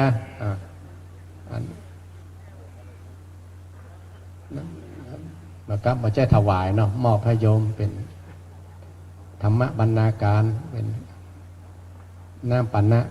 มาสวดมนต์ไหว้พระตัวกันโยมก็เป็นเนื้อนาบุญอุบาสกอุบาสิกา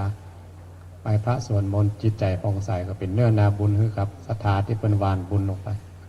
แต่ให้ปอนญาติโยมพร้อมกันเนอะคนปรุงแต่งตัวหลวงพี่แฟร์คนฝ่ายช่วยตัวเจ้าภาพตัวเป็นคนทับคนฮือหน่อโมดอาศัยปอนแผ่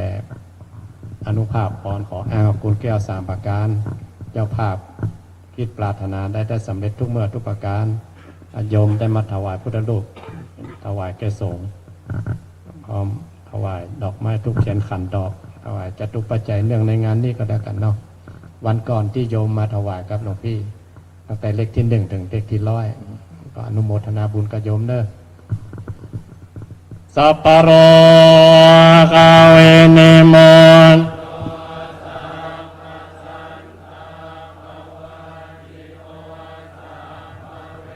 รามาเตกันโตเนโปโต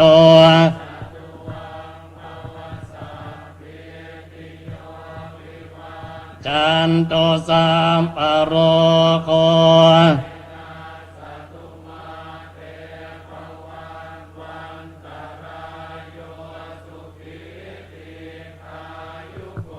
ภาวะดานาสีเลสเนจัง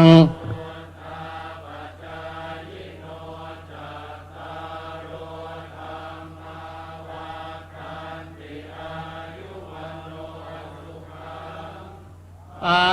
ลังสาธุเนอเอาไปพระ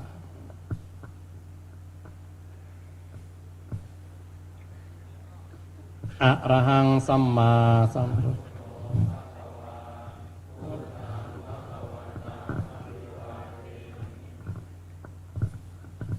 สวากขาโตภะคะวะตาธัมโม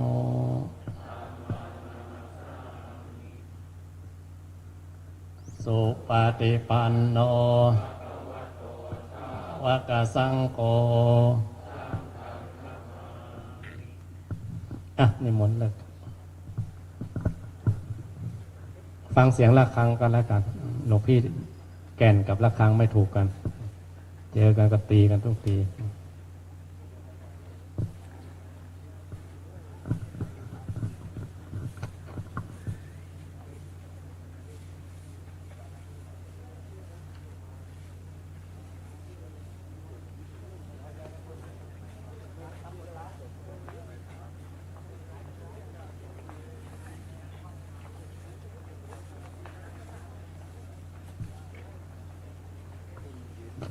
ที่พอจื้อประหารอนุโมทนาบุญกับโยมวรารัตน์ไข่มุกรวมบุญนี้พอกับ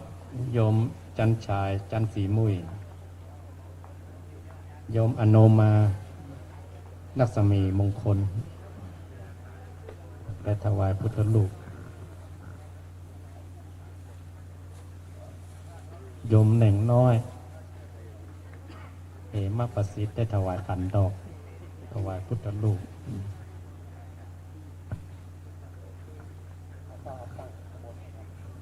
ตั้งบนโต๊ะหมู่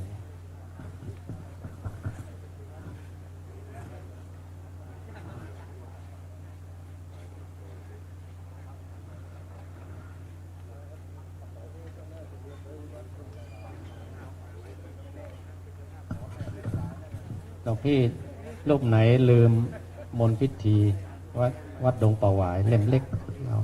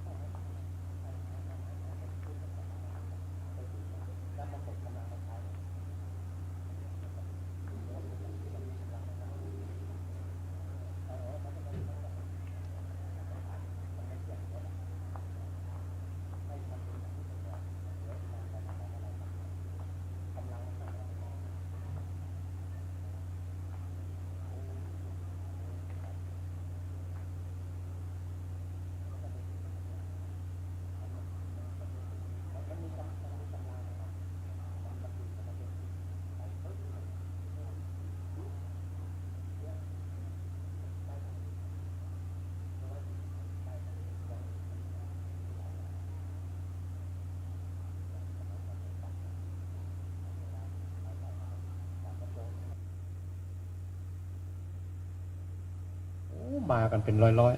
ๆเต็มคืนสุดท้ายไม่หลับไม่นอนคือ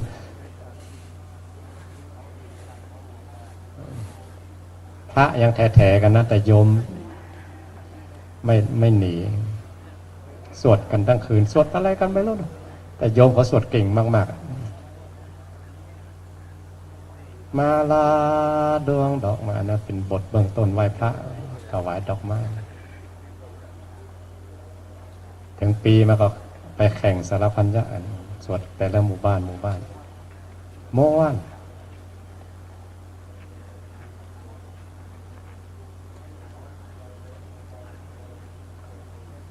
ผมไปเห็นลูกหยีที่นั่นลูกหยีที่เขาเอามาเคลือบน้ำตาลใส่ถุงโดยบัดเต็งเค้งบักขี้ปวนบักขี้ควยบัก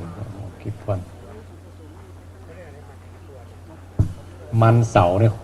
ขุดลึกเป็นท่วมหัวยังไม่สุดมันเลยเนาะโยมเขาบอกว่าต้องทำแล้วพอขุดแล้วรอบมันเอาน้ำใส่แล้วก็ทำเหมือนกันเราทำไม่ดึงไว้อย่าให้มันแรงนะ อน้ำใส่เข้าไปตัวแล้วที่ดึงเนี่ยมันจะค่อยๆดึงมันออกมาขุดท่วมหัวมันยังไม่สุดมันเป็นมันอะไรก็ไม่รู้กินอร่อยมาก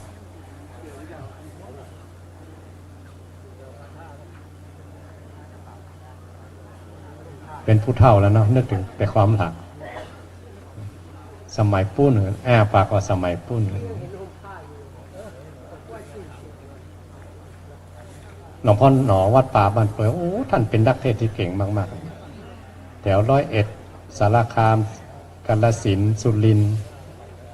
นิมนต์ท่านไปหมดไปเป็นประธานจัดปฏิวาสให้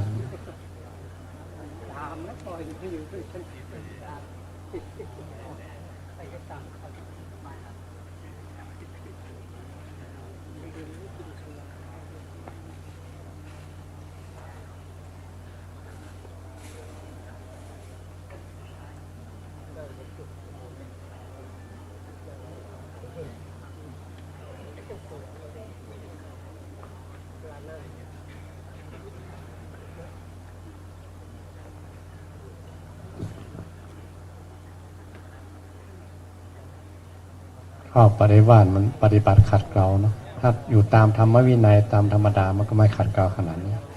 ขัดเกลาจนถึงขั้นอาตาปีมันเดือดร้อนไปเลย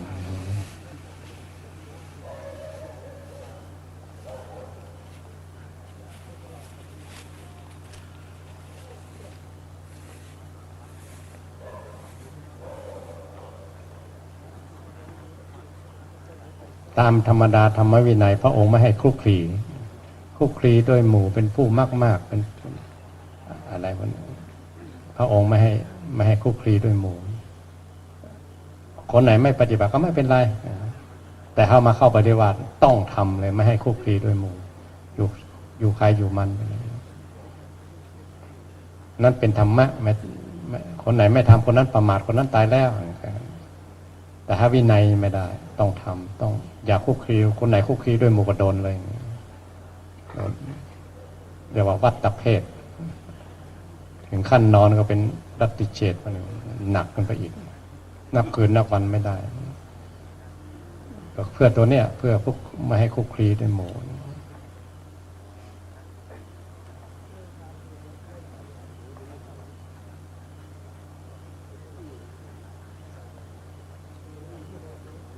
ไปคนเดียวเหมือนนอนแหลบ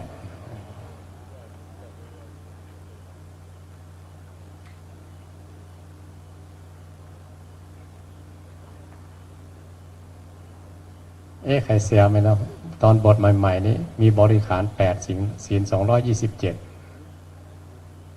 พอบทนั้นมันไปบริขารมี227กลับกันผมเหมือนกันในห้องไอ้ไม่รู้ลกกี่ลงตุงนางหมดเต็มไปหมดส่วนมากกับหนังสือเนาะเดี๋ยวมาต้องได้อ่านแล้ว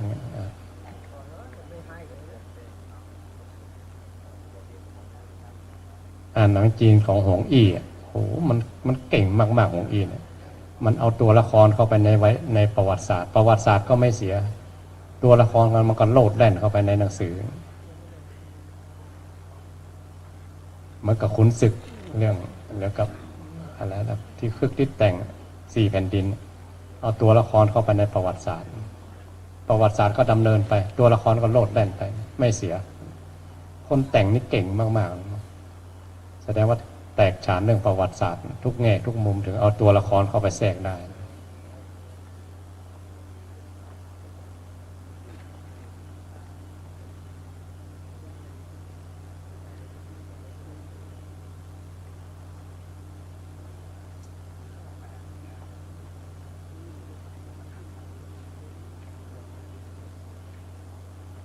จอมพลแผ่นดินเดือด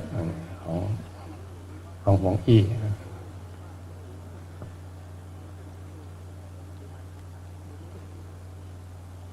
เจาะเวลาหาจินซีนะดังตอนนั้นดังแต่พอมาทำเป็นหนังโอ้ไม่ได้เรื่องเลยมันเหมือนกับมันยัดเยียดได้100%เนาะแต่ถ้าอ่านหนังสือนี่โอ้มันพาความคิดเราเตลิดเปิดเปิงมันอย่างอ่านผู้ชนะ10 ทิศใครไม่สวยเท่าตาละแม่จันทาสวยจ จะเด็ดกลัวทั้งรักทั้งกลัวแต่ละแม่กุสุมานี่สาวรุ่น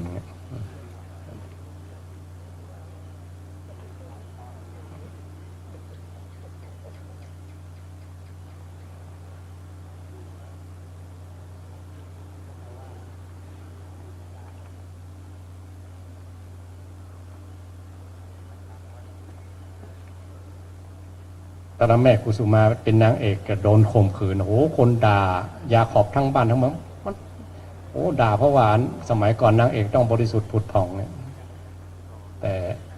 ตัวละครตอนนั้นแม่กุสุมาโดนสอพิญญาข่มขืนโอ้คนด่า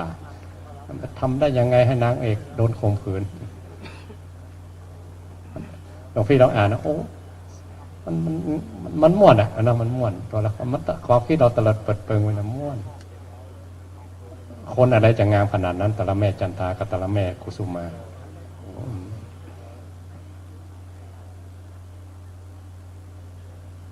อันดีดพินสอนวิชาพินแต่ละแม่กุสุมาเจ้ากรุงเมืองแปลอาจารย์นรบดีอินเข้าไปในเรื่องมันมีจริงๆนะอินเข้าไปในเรื่องถ้าเราอ่านเราอินเข้าไปในเรื่องมันม่วนสมัยพุทธกาลเหมือนกันถ้าคนฟังพระองค์เล่าชาดกตัวเองจะเป็นตัวละครในนั้นเลยเป็นไปเลยศัพท์คำว่าเอกคตาลมพระองค์เล่าเรื่องไหนถ้าตัวเองเป็นตัวละครเป็นไปเลยเขาถึงได้บรรลุธรรมไงเนาะเป็นไปในเรื่องอย่างภิกษุสนทนากันในป่าหรือในธรรมศาลาเดี๋ยวพระองค์เดินเข้ามาพระเงียบกิ๊บสนทนาเรื่องอะไรกันพระภิกษุผู้ฉลาดก็คลานสนทนากันเรื่องนั้นเรื่องนี้พระองค์ไม่มีแต่สมัยนี้เท่านั้นแล้วพระองค์ก็หุบพระอุบแก้วคือตุมหิคือไม่ปากกันภิกษุฉลาดพวกขอพระองค์จงเล่าความต่างที่มาปราจักแจ้งกับข้าพระพุทธเจ้าทั้งหลายว่าเรื่องราวมันเป็นยังไงพระองค์ก็เล่าเป็นฉากบุคคลทุกในเรื่องนะเป็นไปเลยบางงั้นเอกคารลุกเป็นไปเลยถ้าเป็นไปเลยมันเป็นยังไงหลวงพี่ต้องเรียนวิชาหมุนนะหลวงพี่นะถ้าเขาไหนเรียนวิชาหมุนสับยันเสือก็เป็นเสือไปเลยอย่างเงี้ยมันเป็นยังไงต้องจะไปเรียนวิชาหมุนถึงจะรู้เป็นหมากับหมาไปเลยเนี่ยเป็นจระเข้เป็นจระเข้ไปเลยเป็นเทวดาเป็นเทวดาไปเลย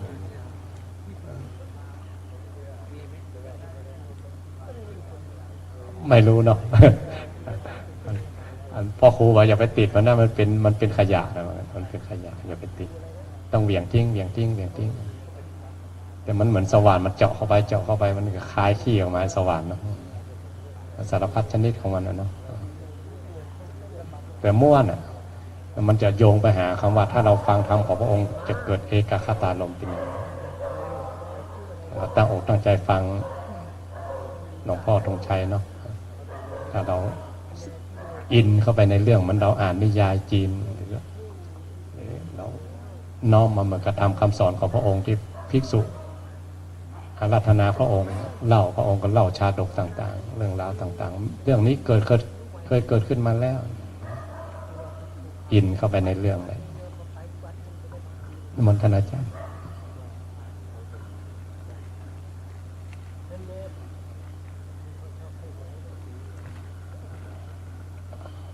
เรานั่งคุกเข่ากัน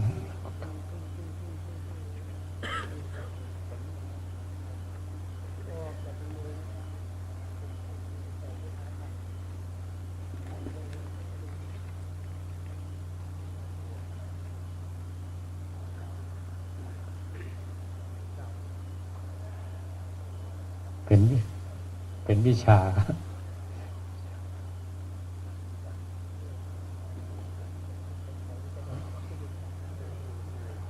มนต์กราบ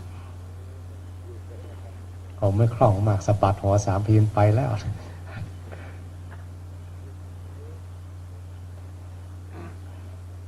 ทำอย่างอึดมืดตื้ออย่างท่านอาจารย์ว่าทำไม่เกิดแต่พอหมุนไปติ้วไปไว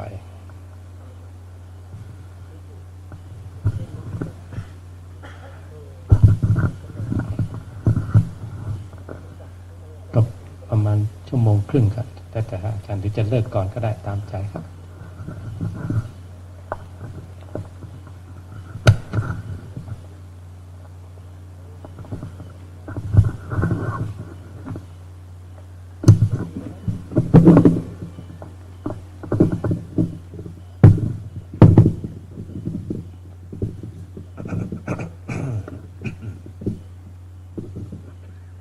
นะโมตัสสะภะคะวะโตอะระหะโตสัมมาสัมพุทธัสสะนะโมตัสสะภะคะวะโตอะระหะโตสัมมาสัมพุทธัสสะนะโมตัสสะภะคะวะโตอะระหะโตสัมมาสัมพุทธัสสะขอความสวัสดีจงมีแก่เราผู้เพียรเพ่งในการประพฤติปฏิบัติธรรมครับนั่งตามสบายวันนี้ก็นั่งฟังอาจารย์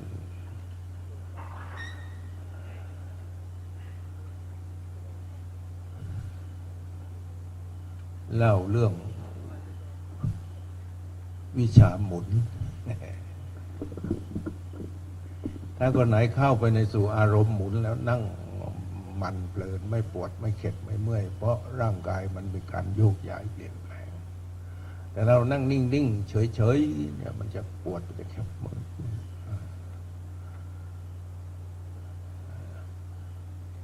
วิชาหมุนนะครับถ้าเรามองลงไปแล้วถ้าภายนอกมันก็ไปติดอยู่ที่ในหลุมดำอยู่ในหลุมดำในตอนนี้นักวิทยาศาสตร์กำลังค้นคว้าแต่ไม่กล้าเข้าไปเราเหมือนในจักรวาลในกาแล็กซี่เนี่ยดวงอาทิตย์มันจะหมุนอยู่ตลอดเวลาแล้วในกาแล็กซี่นี่ก็มีทุกสิ่งทุกอย่างนะมีความมืดที่อยู่ในหลุมนั้นเมื่อเข้าไปแล้วเนี่ยมันก็จะหมุนจนละลายกลายเป็นสสารหมุนละลายไม่เชื่อขึ้นไปดูได้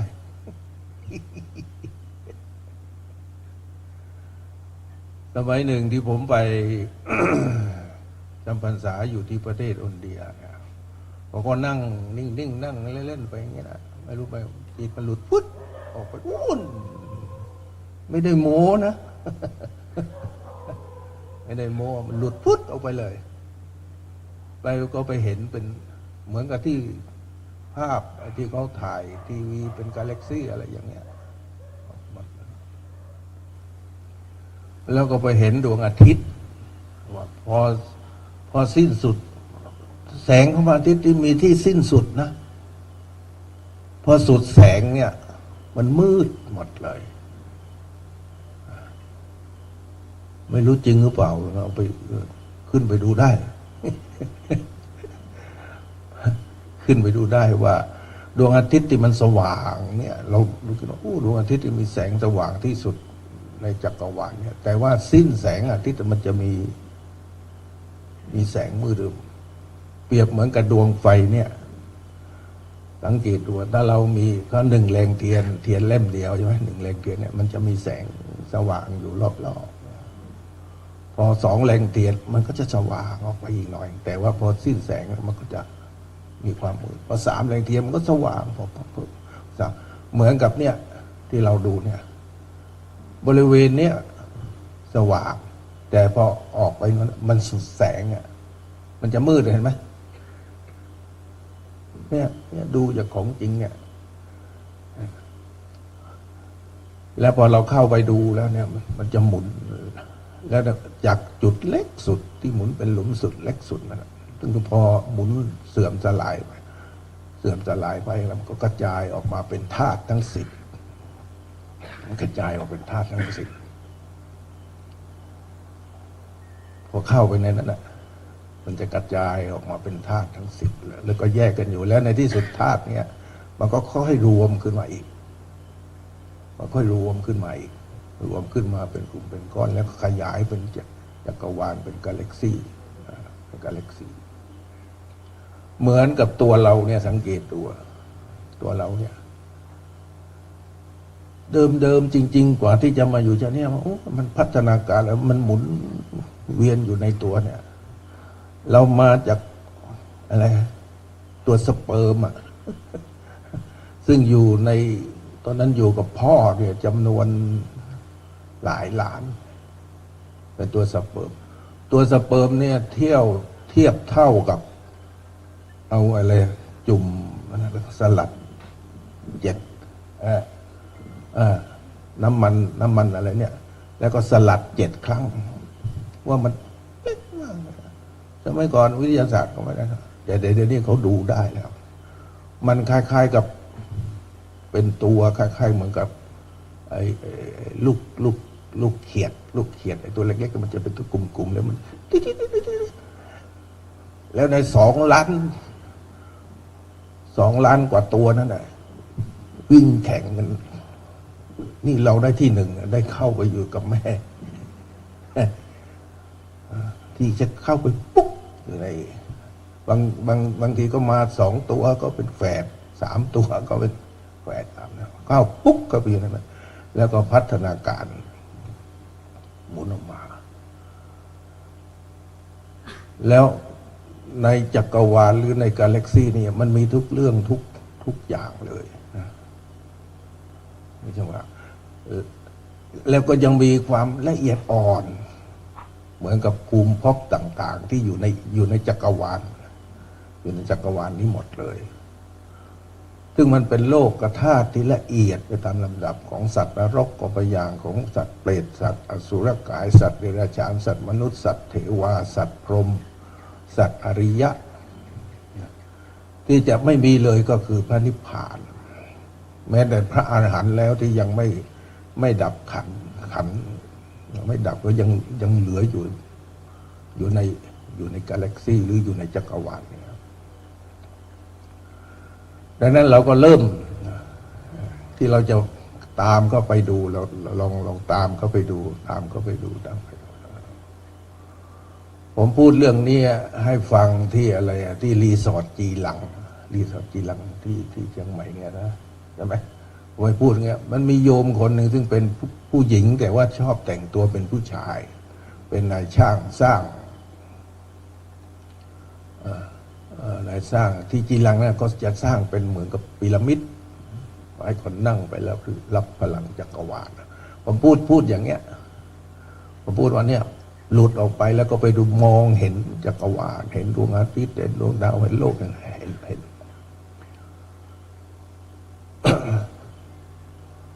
ไอคนที่ฟังมันก็ฟังเราแล้วมันก็อินมันก็หลุดฟุ้งออกไปเลยมันไปเจอมนุษย์ต่างดาว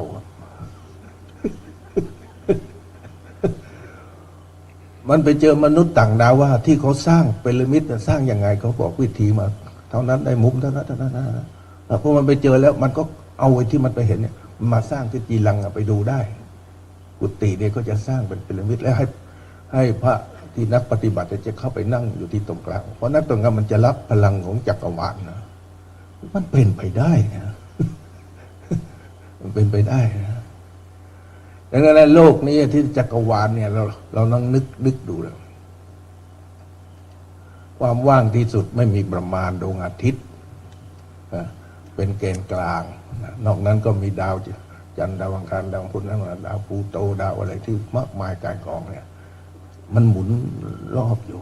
แต่ในหมุนนั่นแหละที่รอบอยู่ทั้งอยู่นั้นน่ะทั้งมีและไม่มีจะหมุนอยู่ในความว่างเปล่าทั้งมีและไม่มีเนี่ยมันจะหมุนอยู่ในความแล้วมันก็เสื่อมสลายของมันเองมันเข้าไปแล้วทีหลังก็กระจายออกมาอีกทีนึงออกมาเป็น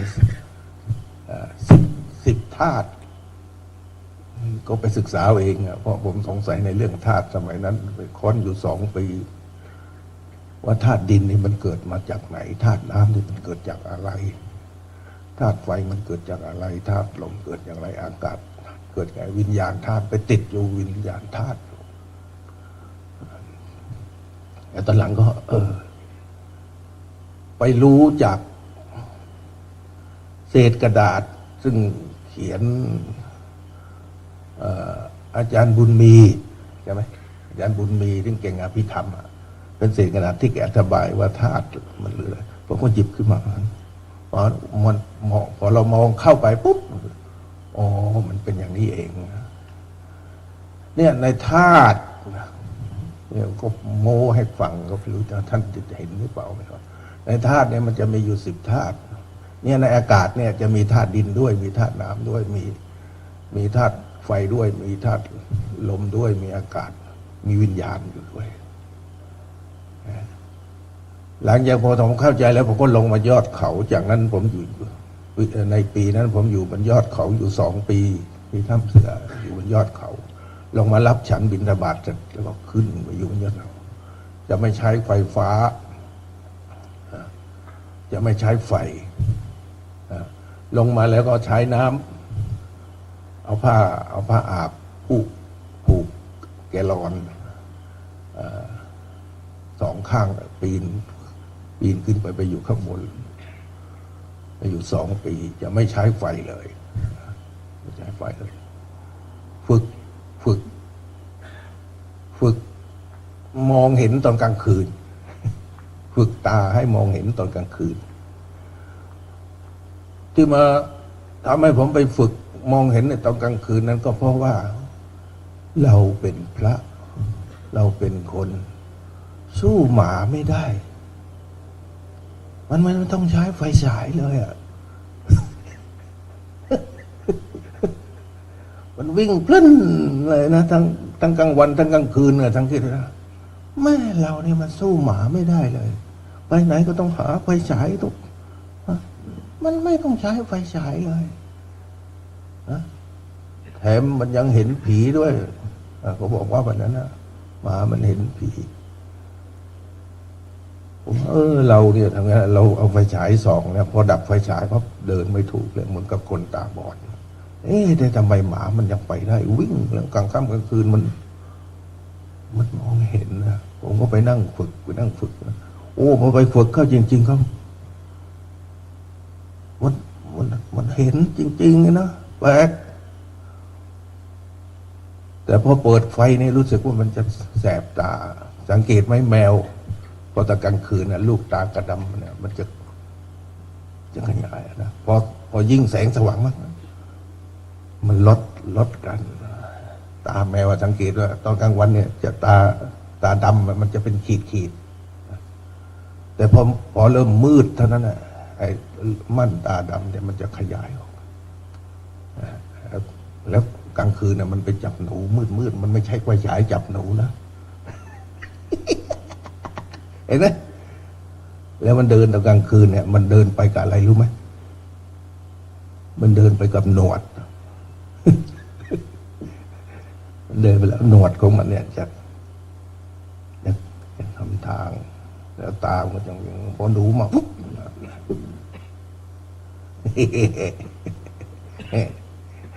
นี่มันเล่าแล้วลื่นรู้เพราะว่าเหนื่อยทั้งวันแล้ว แต่ในเรื่องของกาแล็กซี่เนี่ย1ท่านต้องทำจิตของท่านให้ว่างเปล่าก่อนความว่างที่ไม่มีประมาณความว่างไม่มีประมาณแล้วก็เอาดวงอาทิตย์ไปตั้งไว้ตรงกลางแล้วเอาดาวไปล้อมรอบโลกของเราเนี่ยหมุนล้อมรอบดวงอาทิตย์แต่ดวงอาทิตย์เนี่ยมันหมุนรอบตัวมันเองมันหมุนรอบตัวเองแล้วไม่ใช่มันอยู่กับที่นะพวกเรานึกว่าเราอยู่กับที่จริงๆเนี่ยมันจะมีในกาแล็กซี่หรือในจักรวาลที่เราอาศัยอยู่เนี่ยมันเคลื่อนอยู่ตลอดเวลาแต่มันมีตัวธรรมชาติตัวหนึ่งที่ผมมันสงสัยเหมือนกับนักวิทยาศาสตร์สงสัยว่าเมื่อเข้าไปแล้วเนี่ยมันเปลี่ยนแปลงสลายออกมาเป็นธาตุที่เนี่ยออกมาเป็นธาตุว่างเปล่านี้ได้อย่างไรดังนั้นนักวิทยาศาสตร์มันเข้าใจแล้วว่าในโลกนี้ไม่มีอะไรเลยมีแต่สสารกับพลังงานเท่านั้นเองก็เหมือนที่พระพุทธองค์ทรงว่าสังขารและอสังขารสังคตธรรมอสังคตธรรมสังคตธรรมกับอสังคตสังคตธรรมก็หมายสิ่งที่ปรุงแต่งขึ้นอสังคตธรรมคือสิ่งที่ไม่มีการปรุงแต่ง อันนี้พูดอย่างนี้ไม่รู้มันจะเกี่ยวกับธรรมะไหม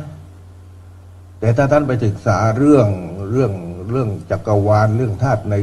ในพระไตรปิฎกมีนะใช่ไหมและในเรื่องมนุษย์ต่างดาวก็ยังมีอีกเหมือนกับพระโมคคัลลาเหาะไปใช่ไหมเหาะไปไปจนสงสัยพระโมคคัลลาสงสัยเหาะไปจะไปเจอโน่นจะกลับไม่ได้นะต้องเอาแสงปุ๊บมันจะปุ๊บกลับมาได้เรื่องเหล่านี้มันก็เป็นเฉพาะบางองค์บางท่านที่ใส่ใจสนใจบางองค์ก็ไม่รู้ไร้สาระไม่รู้เอาเรื่องอะไรไปพูดเอาบางคนเป็นอย่างแต่ถ้าเราไปศึกษาในพระไตรปิฎกมันจะมีหลายเรื่องที่เราว่ามันเป็นไปได้หรือเป็นไปได้มันเฉพาะ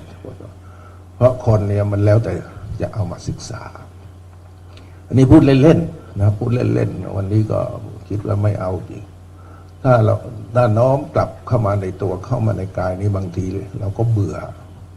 เพราะมันเป็นของที่เห็นได้ยากก็เหมือนถ้าผมพูดดวงอาทิตย์เนี่ยท่านเห็นนะ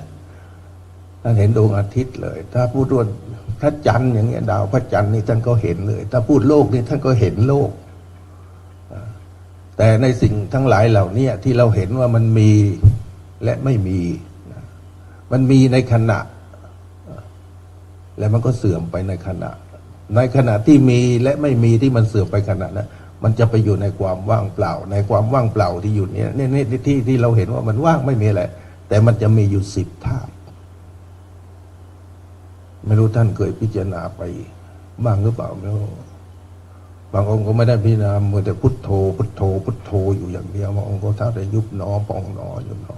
บางองค์ก็สัมมาแล้วบางองค์ก็หายใจเข้ารู้ก็รู้เพียงเท่านี้แต่ถ้าเราพอไปศึกษาในพระไตรปิฎกแล้วกลับมานั่งพิจารณาในแต่ละเรื่องที่พระพุทธองค์ทรงเล่าเหมือนกับที่ท่านอาจารย์นิวัฒน์ท่านได้มาเล่าเนี่ยพอเราอินก็มันโอ้โหบางทีก็ปิติซาบซ่านร้องไห้น้ำตาไหลพระพุทธองค์กว่าจะได้เป็นกว่าจะได้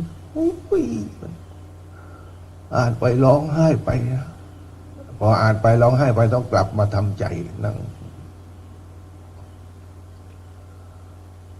เมื่อก่อนนี้ผมอ่านธรรมะ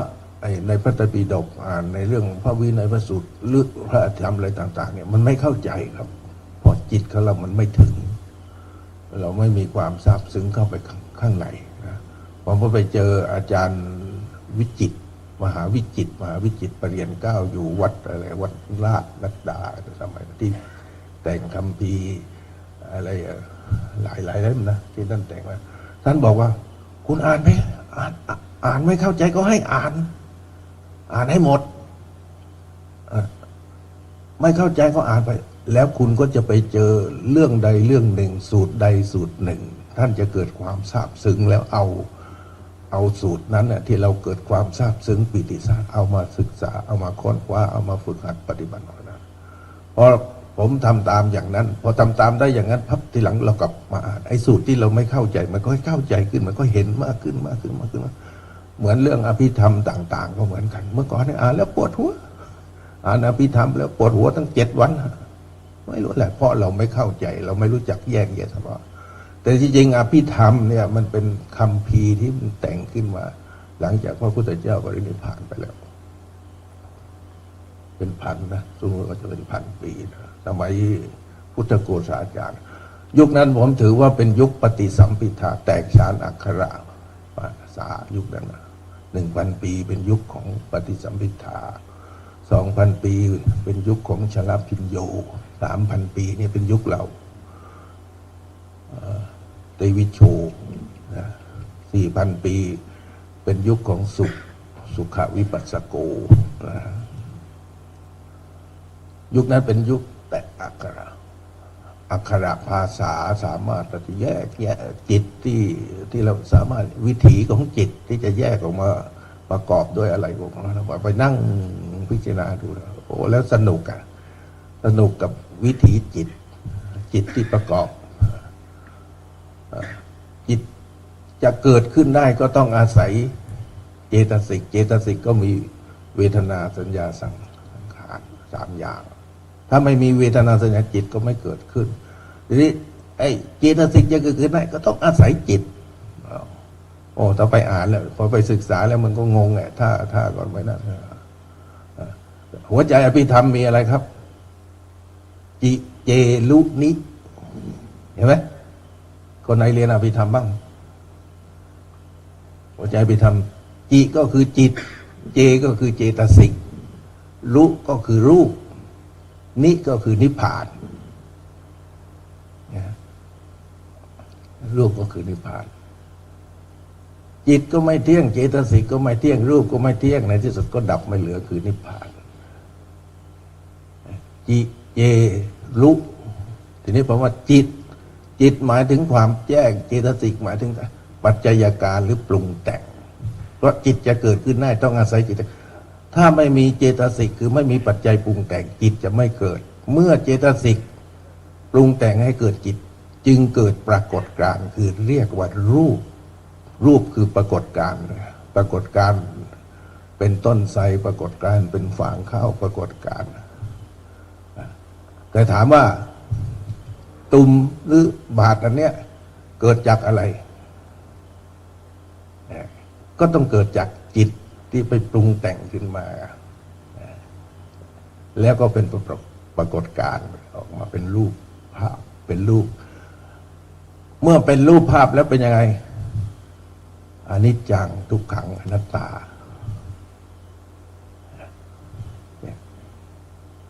อนิจจังทุกขังอนัตตาสมควรแล้วหรือที่จะเอาไปยึดถือว่าเป็นอย่างนั้นเป็นอย่างนี้เป็นอย่างนี้เป็นอย่างนี้เป็นอย่างนี้เนี่ยเหมือนเดิมเมื่อก่อนต้นไทรนี้ไม่มีใช่ไหมเพราะมีจิตของเจ้าอาวาสปรุงแต่งด้วยความรู้สึกนึกคิดด้วยความรู้สึกว่าเราจะปลูกต้นไทรโดยสัญชาลักษณ์ว่าต้นไทรที่เราเคยไปเห็นมาแล้วมันล่มลื่นสังขารก็คือไปหาปัจจัยการไปหาเม็ดหากิ่งหาการมาปลูกมาฝังไว้แล้วในที่สุดก็เป็นปรากฏการณ์ออกมาเป็นต้นไทรแต่แล้วต้นไทรเนี่ยเมื่อก่อนมันไม่ใหญ่โตขนาดนี้มันเล็กไม่มากเดี๋ยวมันก็ค่อยขยายเติบโตไปแล้วในที่สุดมันก็ต้องเสื่อมสลายเป็นอนิจจังบังคับบัญชาเราจะไปบังคับบัญชาว่าให้มันไปทางนี้ไปทางโน้นมันไม่ได้หรอกมันจะไปตามของมันร่างกายของเราก็เหมือนกันเราน้อมกลับเข้ามาถ้าไม่มีจิตก็ไม่มีความรู้สึกไม่มีเวทนาไม่มีสัญญาไม่มีสังขารปรุงแต่งนึกคิดแล้วก็ไม่มีวิญญาณเมื่อมีจิตมีความรู้สึกมีเวทนามีสัญญามีสังขารก็ปรุงแต่งขึ้นมาให้เกิดเป็นร่างกายของเราเป็นปรากฏการณ์หรือเป็นรูปขึ้นมาและในขณะที่มันทั้งจิตทั้งเจตสิกเนี่ยที่กับปรากฏการณ์รูปที่ปรากฏเนี่ยมันจะเป็นอนิจจังเป็นทุกขังเป็นอนัตตามันเสื่อมสลายมันจะไหลไปสู่พระนิพพานทั้งหมดเลยนะดังนั้นเจ้าแม่กวนอิมจึงเป็นพระโพธิสัตว์ว่าจะช่วยเหลือสัตว์ให้นิพพานจนหมดมันเป็นตัวบุคละเป็นบุคละทิฏฐานซึ่งเหมือนกับว่าทุกสิ่งทุกอย่างในโลกในกาแล็กซี่เนี่ยมันจะไหลไปสู่พระนิพพานหมดแต่ขึ้นอยู่ว่าจะช้าหรือเร็วเท่านั้นเองเหมือนในภัตตกัปนี่ก็จะมีแค่5 ลูกประสาทมานึกดูนะครับนึกดูว่าคนในโลกเนี่ยมีจำนวนเท่าไหร่ในปัจจุบันเนี่ยในโลกนี้มีอยู่ประมาณ 8,000 ล้านได้ไหมประมาณ 8,000เอาให้ 10,000 ล้าน 10,000 ล้านเนี่ยมีพระพุทธเจ้า1 เดียวเท่านั้นมีแค่1 เดียวมีสมณะโคดมที่ตรัสรู้ในยุคของเรานะเพราะว่าในนี่มันจะมีอยู่5 ยุคยุคเราเนี่ยเป็นยุคที่ 4 พอขึ้นยุคที่ห้ายุคของพระศรีอริยเมตไตรเนี่ยโลกที่เราอาศัยอยู่เนี่ยก็จะแตกสลายเข้าไปอยู่ในหลุมดำแล้วก็กระจายออกมาแล้วก็ขึ้นเป็นกาแล็กซี่ใหม่ ไม่รู้จะเป็นอย่างนั้นไหมถ้าไม่เชื่อก็ท่านคอยดูก็แล้วกัน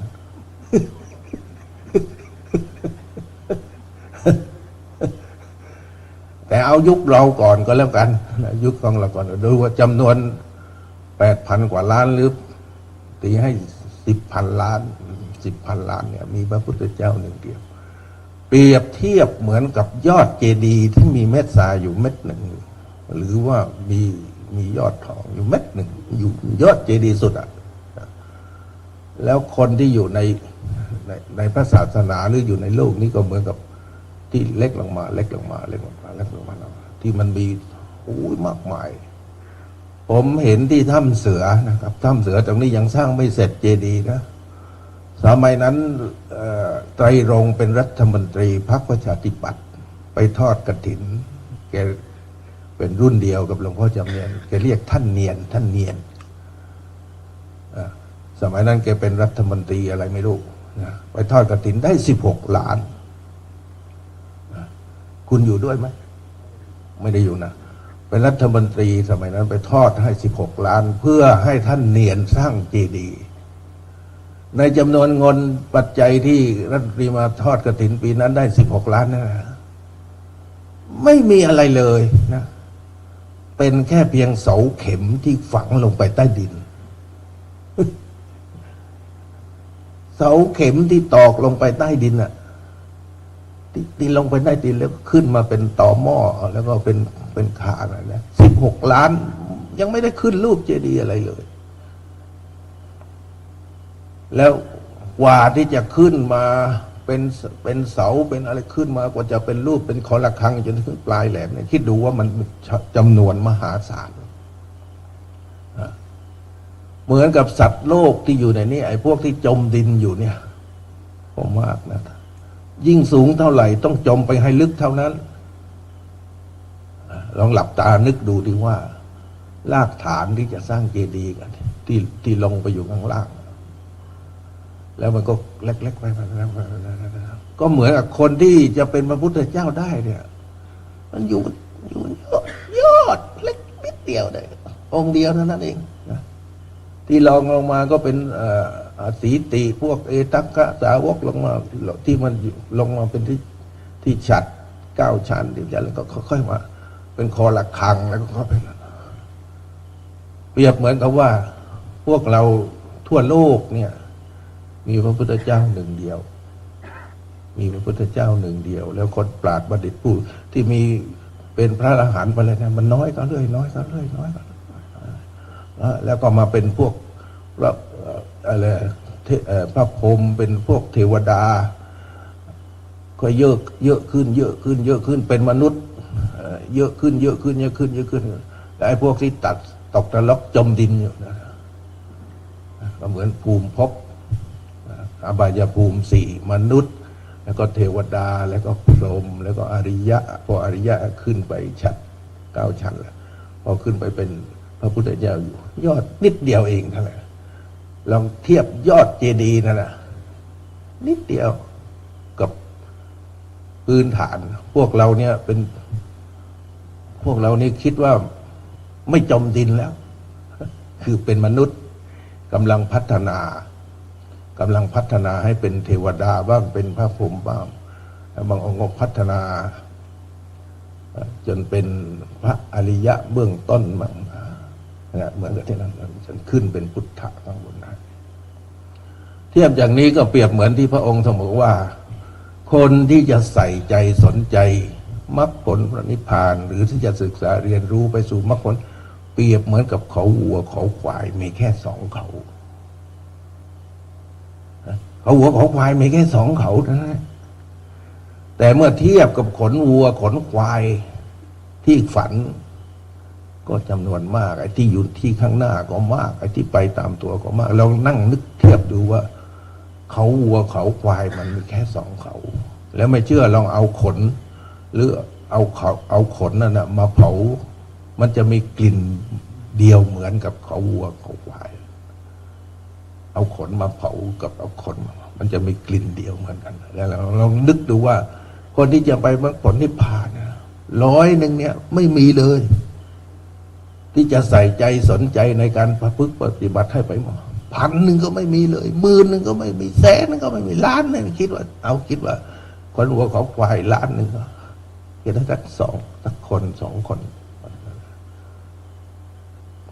แต่เดี๋ยวนี้เราเห็นไหมในสื่อนะปฏิบัติง่ายเหลือเกินปฏิบัติน่าจะเป็นพระอริยเจ้าบรรลุง่ายนะแค่นั่งดูโทรศัพท์ก็บรรลุแล้วนั่งดูนี่แค่นั่งดูแล้วเดี๋ยวสอนกันสอนกันจนว่าไม่รู้อะไรแล้วถ้าคนไหนไม่รู้ฟังไปฟังมาดูไปดูมาไม่รู้กูจะทำตักบาตรใส่ก็ไม่ได้ไอ้นั่นก็บาปไอ้นี่ก็บาปตายเลยเนี่ยถ้าเราไม่ได้ศึกษาไม่ได้เรียนรู้แล้วไม่ฝึกหัดปฏิบัติ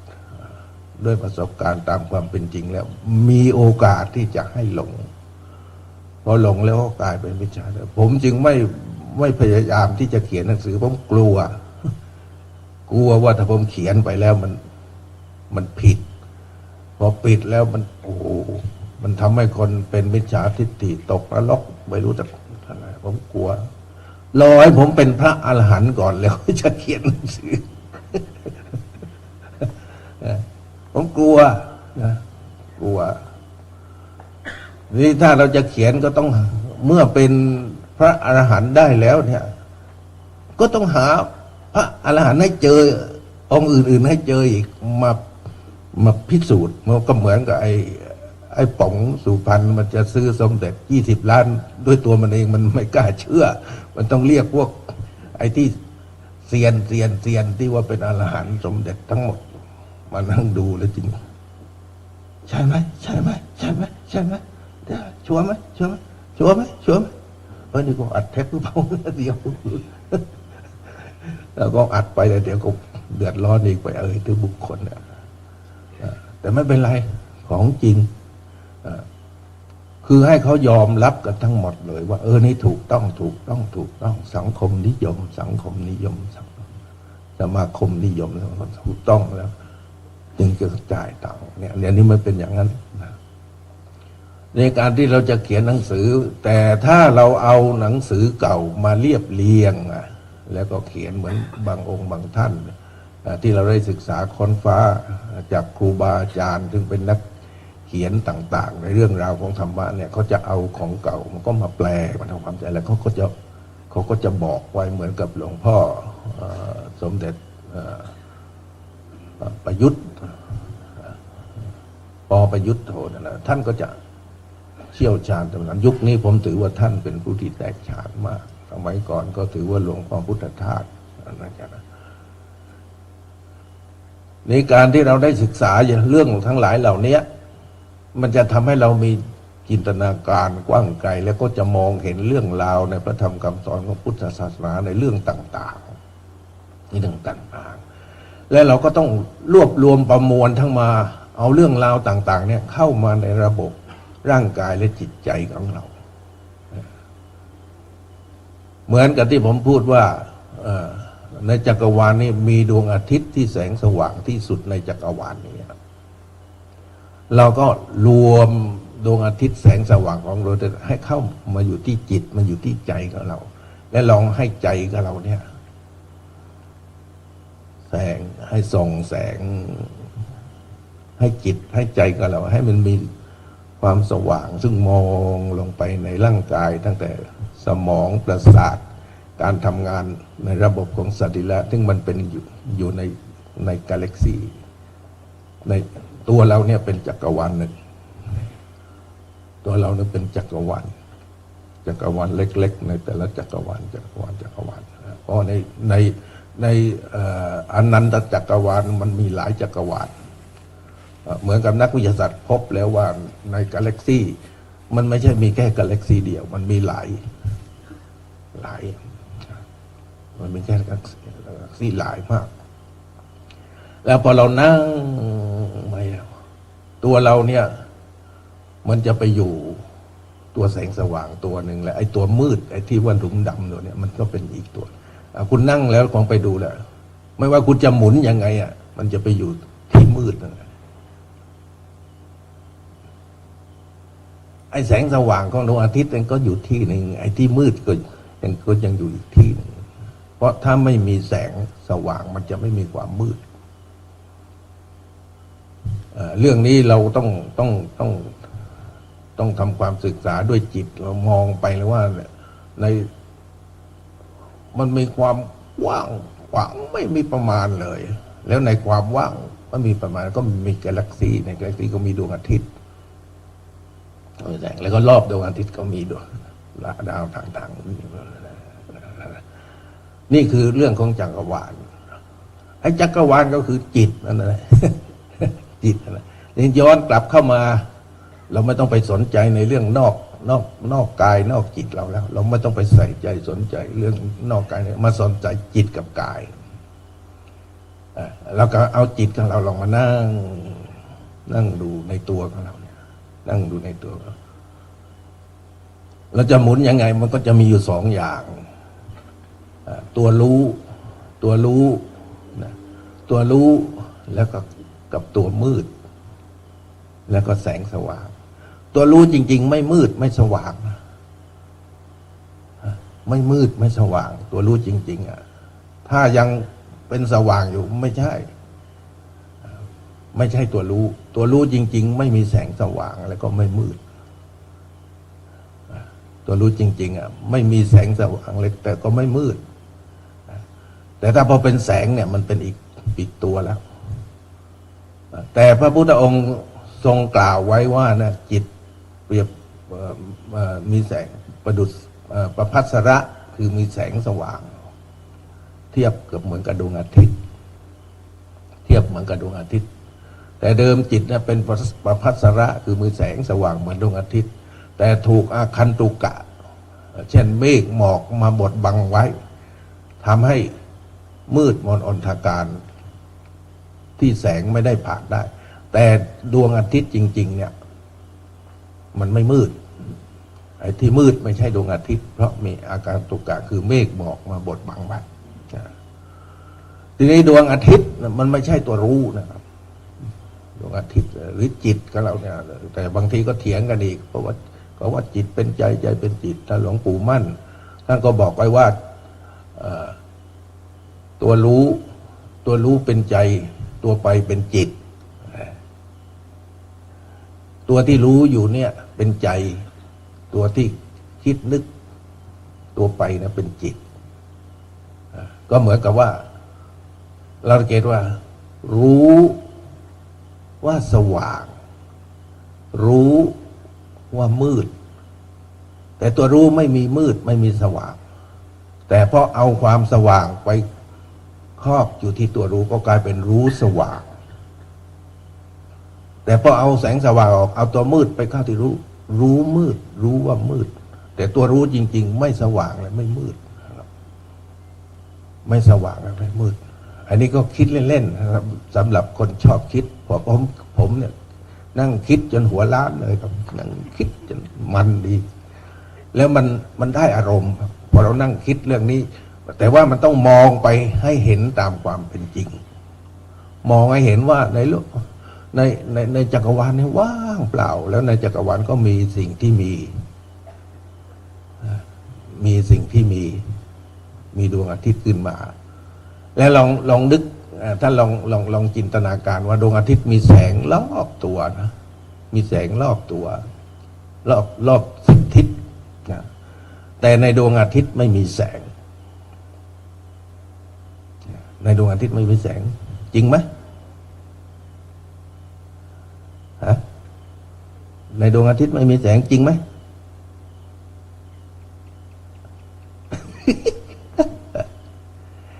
ดวงอาทิตย์มีแสงรอบทิศนะ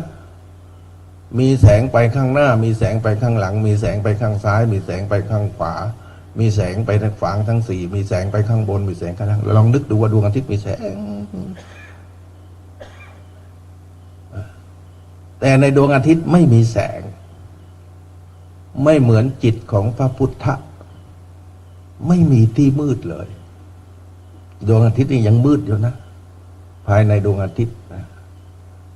ยังมืดอยู่นะแสงที่เป็นแห่งพุทธไม่มีความมืดเลยจะจริงไม่จริงก็ขอให้ท่านลองไปนั่งดูให้ดีแล้วเดี๋ยวถ้าพอเข้าถึงจิตที่เป็นพุทธะในจิตของท่านนั้นจะไม่มีมืดไม่ได้โม้ จริงๆนะจะบอกให้ถ้าไม่มีแสงความมืดก็ไม่มีครับถ้าไม่มีความมืดแสงสว่างก็ไม่มีนี่เราจะทำยังไงจะทำยังไงให้เข้าจิตถึงผู้รู้ทำให้จิตเข้าถึงผู้รู้ให้เข้าถึงจิตผู้รู้แต่เวลาเอามาพูดนะเราก็พูดจิตประกอบด้วยราคะจิตประกอบไม่มีราคะจิตประกอบด้วยมีโทสะจิตประกอบด้วยไม่มีโทสะจิตประกอบด้วยฟุ้งซ่านรำคาญจิตประกอบด้วยความขี้เกียจขี้ค้างง่วงเหงาเหานอนจิตที่มีสมาธิจิตไม่มีสมาธิจิตที่มีมรรคตาจิตจิตที่ไม่มีมรรคตาจิตจิตที่ตั้งมั่นจิตไม่ตั้งมั่นจิตอิสระจิตไม่อิสระ16 บัพพะของฐานจิตเราเคยนั่งไปเราดูไหมว่าจิตมีราคะเป็นยังไงจิตไม่มีราคะเป็นยังไงจิตมีโทสะเป็นยังไงจิตไม่มีโทสะเป็นยังไงจิตมีโมหะเป็นยังไงจิตไม่มีโมหะเป็นยังไงจิตขี้เกียจขี้ค้านง่วงเหงาเหานอนเป็นยังไงจิตฟุ้งซ่านเป็นยังไงจิตมีสมาธิมีวิตกวิจารปิติสุขเอกตาเป็นยังไงจิตไม่มีวิตกวิจารปิติสุขเอกตาจิตไอตัวเนี้ยผมติดอยู่ตั้งนานไอมหคตาจิตเนี่ยติดอยู่ตั้งนานแล้วผมก็ไม่กล้าพูดในเรื่องจิตแต่พอผมเข้าใจผมก็อ๋อมันเป็นอย่างนี้อ่ะเลยอ๋อ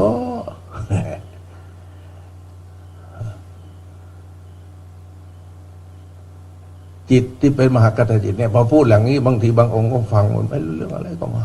ก็ไม่ได้ไม่แจ่มแจ้งแล้วนะพอเข้าใจอย่างนี้ได้จึงจะเข้าไปถึงขั้นของจิตตั้งมั่นจิตไม่ตั้งมั่นพอเข้าถึงจิตตั้งมั่นจิตไม่ตั้งมั่นตอนนี้ไปอีกสูงสุดจิตมีอิสระจิตไม่มีอิสระอีกอันนี้เราต้องค่อยศึกษาต้องค่อยเรียนรู้ไปแต่ละองค์แต่ละท่านแต่ละนั้นก็นี่ถ้าบางคนก็ชอบเรื่องจิตบางคนก็ชอบเรื่องกายบางคนก็ชอบเรื่องเวทนาบางคนก็ชอบเรื่องจิตบางคนก็ชอบเรื่องธรรมเพราะว่าการศึกษาธรรมเนี่ยมันต่างกันเราไม่มีสัพพัญญูที่จะรู้ว่าท่านชอบเรื่องอะไรนะดังนั้นเหมือนกับที่อาจารย์นิวัฒน์พูดว่าภิกษุทั้งหลายพวกเธอมาเข้าปริวาสอยู่ที่ม่อนฤาษีเนี่ยพวกเธอกำลังสนทนาเรื่องอะไรไปหาในกลุ่มหนึ่งกลุ่มใดบางองค์ก็กำลังสนทนาเรื่องโซเชียลบางองค์ก็ศึกษาเรื่องหนังบางองค์ก็ศึกษาเรื่องพระบางองค์ก็นั่งศึกษาเรื่องถ้าพระองค์เข้าไปอยู่ตรงไหนเธอกำลังคุยเรื่องอะไรก็จะเอาเรื่องที่เราศึกษาเนี่ยท่านก็จะบอกวิธีและส่งเสริมให้ท่านได้เข้าไปถึงธรรมจักรบางคนก็บอกว่ากำลังส่องพระเครื่องอยู่พระเจ้าข้าพระเครื่องที่เธอศึกษานั้นนะเป็นไปเพื่ออะไรก็ส่งเสริมให้เราเล่นพระเครื่องไปจนได้ปฏิบัติธรรมได้เข้าบรรลุมรรคผลนิพพานด้วยพระเครื่องบางองค์กำลังศึกษาเรื่องประหลัดขิกอยู่อย่างเงี้ยภิกษุทั้งหลายเข้ามาในกลุ่มนี้เป็นยังไงประหลัดขิกที่เธอรู้ไหมประหลัดขิกนี่เกิดจากอะไรนะเดิมจริงๆคือหลวงพ่อขิกนะแล้วทีหลังท่านก็ได้เป็นประหลัด เป็นอาจารย์ของหลวงพ่อเหลือถ้าคนไหนไปขอจากหลวงพ่อเหลือขอไอ้ขิกสักตัวแกไม่ให้เลยเพราะประหลัดขิกเป็นอาจารย์ของท่าน ไปเรียกได้ยังไงเรียกอาจารย์ว่าไอ้ขิกไอ้ขิกไอ้ขิกแล้วเธอรู้ไหมว่าประหลัดขิกนี่เกิดจากอะไรประหลัดขิกเป็นสิ่งที่กำหนดรู้เหตุให้เกิดประหลัดขิกเป็นสิ่งที่กำหนดละความดับแห่งประหลัดขิกเป็นสิ่งที่ควรทำให้แจ้งปฏิบัติอย่างไรถึงที่สุดดับไม่เหลือแห่งประหลัดขิกเป็นสิ่งที่เพ่งเพียรให้มาก เริ่มจากปลัดขิกเข้าไปสู่อริยสัจปลัดขิกแล้ว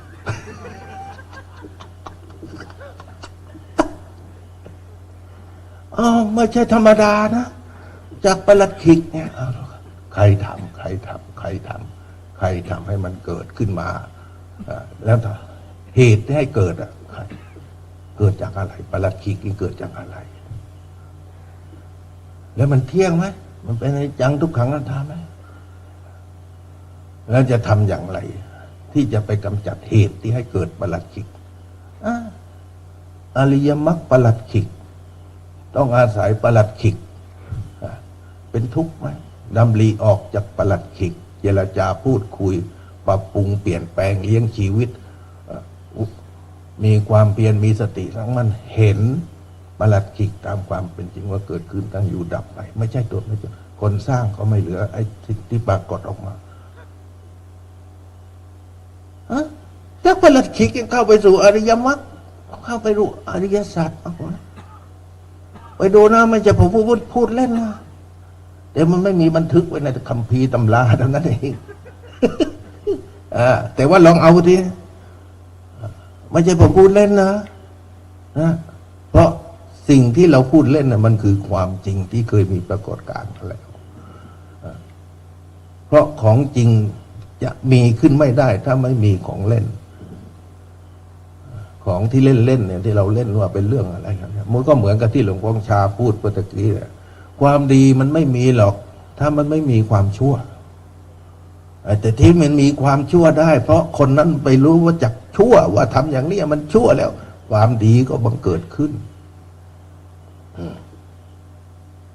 เหมือนถ้าไม่มีมืดก็ไม่มีแสงสว่างพอมีแสงสว่างปั๊บมันก็จะมีความมืดแปลว่าความมืดเป็นสิ่งที่กำหนดรู้ความสว่างเป็นเหตุที่ให้เกิดมืดเหตุให้เกิดแสงเป็นสิ่งที่กำหนดละอ้าวกลับมาที่ตัวเรากลับมาที่ตัวเรานะกลับมาที่ตัวเรานะฟังอย่างนี้ก็มันนะบางทีมันเห็นบ้างไม่เห็นบ้างบางเรื่องมันก็เห็นบ้างบางเรื่องไม่เห็นบ้างแต่ว่าทุกครั้งนะผมจะโอปัญญิโกจากทำภายนอกเข้าสู่ภายในจากทำภายนอกเข้าไปสู่ภายในจากเรื่องปลัดขิกซึ่งเป็นรูปธรรมและคนที่ไปทำเนี่ยเป็นนามธรรมปลัดขิกที่มันเกิดขึ้นได้เพราะจิตถ้าจิตคนนั้นไม่เป็นปลัดขิกเสียก่อนปลัดขิกก็ไม่เกิดขึ้นเครื่องรางของขลังวัตถุมงคลต่างๆถ้าคนนั้นไม่มีจิตใจของเขาไม่มีวัตถุมงคลนะวัตถุมงคลก็ไม่เกิดขึ้นเหมือนตุ่มเหมือนบาทวิหารศาลาหลังนี้ถ้าจิตของอาจารย์ในวัดไม่เป็นศาลาขึ้นมาก่อนศาลานี้จะไม่มีหรอกจิตมันต้องเกิดขึ้นก่อนมันต้องเกิดขึ้นมาในจิตก่อนแล้วมันก็จะค่อยปรุงแต่งออกมาปรุงออกแต่งออกเป็นรูปเป็นศาลาเหมือนกับในธรรมะของเซนที่บอกว่ากุหลาบไม่มีในโลกกุหลาบไม่มีในโลกถ้าใจของคนไม่เป็นกุหลาบก่อนแต่ถ้าพอใจของคนเป็นกุหลาบเท่านั้นแหละกุหลาบก็เกิดขึ้นในโลกทันทีในกุหลาบเนี่ยมีแต่เฉพาะประเทศไทยนะเชื่อไหมดอกกุหลาบนี่มีเฉพาะประเทศไทยหรอกที่เราเรียกดอกกุหลาบนี่มีเฉพาะประเทศไทยแต่ไปประเทศจีนเขาไม่ได้เรียกกุหลาบครับเขาเรียกชื่ออีกชื่อมันไม่มีในประเทศอื่นมันมีแต่เฉพาะประเทศไทยเพราะคนไทยมีใจเป็นกุหลาบแต่ถ้าไปอยู่เมืองจีนเขาเรียกอีกอย่างไปอยู่ฝรั่งเศสก็เรียกอีกอย่างไปอยู่อังกฤษก็เรียกอีกอย่างไปอยู่รัสเซียก็เรียกอีกอย่างไปเรื่องแต่กุหลาบนั้นมีเฉพาะในประเทศไทยแต่ดอกกุหลาบมีทั่วโลกแต่ทั่วโลกไม่ได้เรียกว่ากุหลาบที่เรียกว่าเป็นดอกกุหลาบเฉพาะคนไทยเท่านั้นเองเห็นไหมเวลาเราร้องกันเวลาร้องเด็กที่เกิดมาทั่วโลกร้อง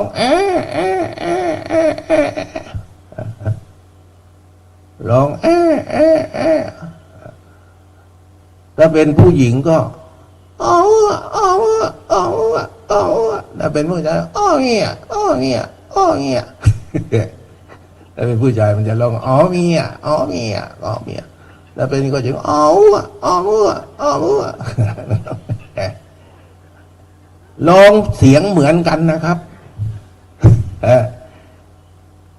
แต่ถ้าไปร้องในประเทศจีนเขาไม่เรียกว่าเด็กร้องนะเขาจะเรียกชื่ออีกชื่อหนึ่งนะไปต่างประเทศเขาจะเด็กร้องนี่เขาจะเรียกอีกชื่อภาษาอังกฤษร้องไห้เขาเรียกเป็นอะไร ผมไม่รู้ภาษาอังกฤษฮะ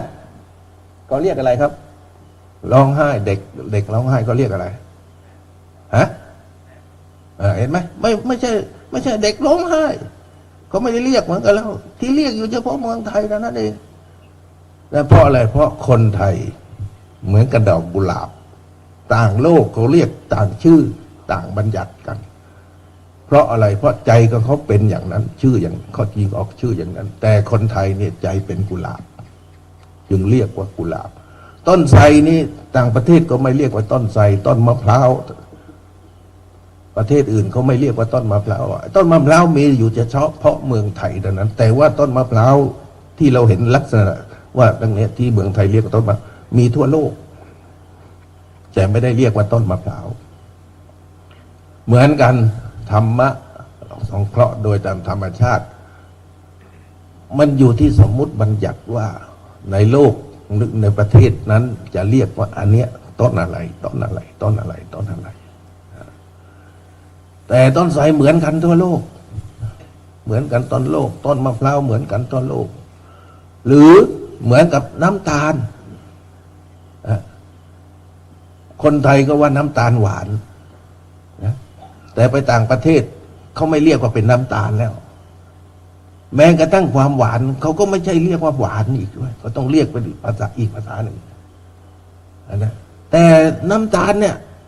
เอาไปชิมได้ทั่วโลกเลยไม่ว่าประเทศไหนผลิตน้ำตาลเรามาชิมดู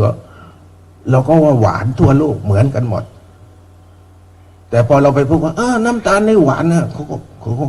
มันเป็นยังไงวะมันเป็นยังไงมันเป็นยังไงแต่สามารถพิสูจน์ได้โดยปรมัตถ์ก็เลยว่าโดยตามความเป็นจริงของมันแล้วเมื่อทุกคนเอาไปเขาก็เกิดแต่เขาไม่ได้บัญญัติว่าหวานทุกอย่างไม่ว่าเผ็ดไม่ว่าเค็มไม่ว่าขมไม่ว่าเปรี้ยวไม่ว่าอะไรเนี่ยมันมีสภาวะตามความเป็นจริงที่คนถูกแล้วจะเกิดการอย่างนั้นจริงๆแต่ว่ามาสื่อความหมายทีนี้เราก็ต้องมาแปลอีกว่าน้ำตาลต่างประเทศเขาเรียกอะไรและความหวานก็เรียกอะไรแล้วเราก็ต้องมาทำความหมายเพื่อที่จะให้เกิดความเข้าใจสื่อความหมายเหมือนกันแต่ตัวจริงของมันนะเหมือนกันหมดนะเหมือนกันโดยธรรมชาติเหมือนคนโกรธทั่วโลกโกรธหน้าตาแสดงอาการคนรักทั่วโลกแสดงอาการเหมือนกันหมดนะคนรวยก็เหมือนกันหมดคนจนก็เหมือนกันหมดแต่การที่เลือกชื่อบัญญัติแต่ละคนธรรมชาติดังนั้นพระองค์จริงนะว่าไม่ว่าเราไปอยู่ในที่ไหนก็ต้องพยายามสื่อความหมายให้เข้าใจในการแสดงธรรมก็เหมือนกันพวกเราก็เหมือนกันที่มาฟังธรรมมาปฏิบัติธรรมร่วมรวมกันตัวนี้มันก็อยู่ที่เป้าหมายความตั้งใจของแต่ละองค์มีเป้าหมายขั้นไหนถ้าเราศึกษาธรรมเราปฏิบัติธรรมเราไม่มีเป้าหมายไม่มีหนทางไม่มีวิธีในการดำเนินไปตามธรรมทางเพื่อให้ถึงเป้าหมายมันก็ไม่ได้เหมือนบางองค์เนี่ยต้องการให้ได้นักธรรมตรีเป้าหมายของท่านนักธรรมตรีพอได้นักธรรมตรีแล้วเราจะทำยังไงได้มีเป้าหมายแล้วก็มีหนทางในการที่จะ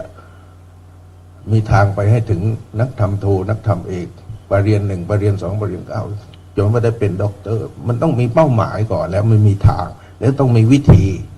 ในการดำเนินไปทางถ้าเราไม่มีวิธีในการดำเนินไปตามทางเนี่ยมันไม่สามารถถึงเป้าหมายได้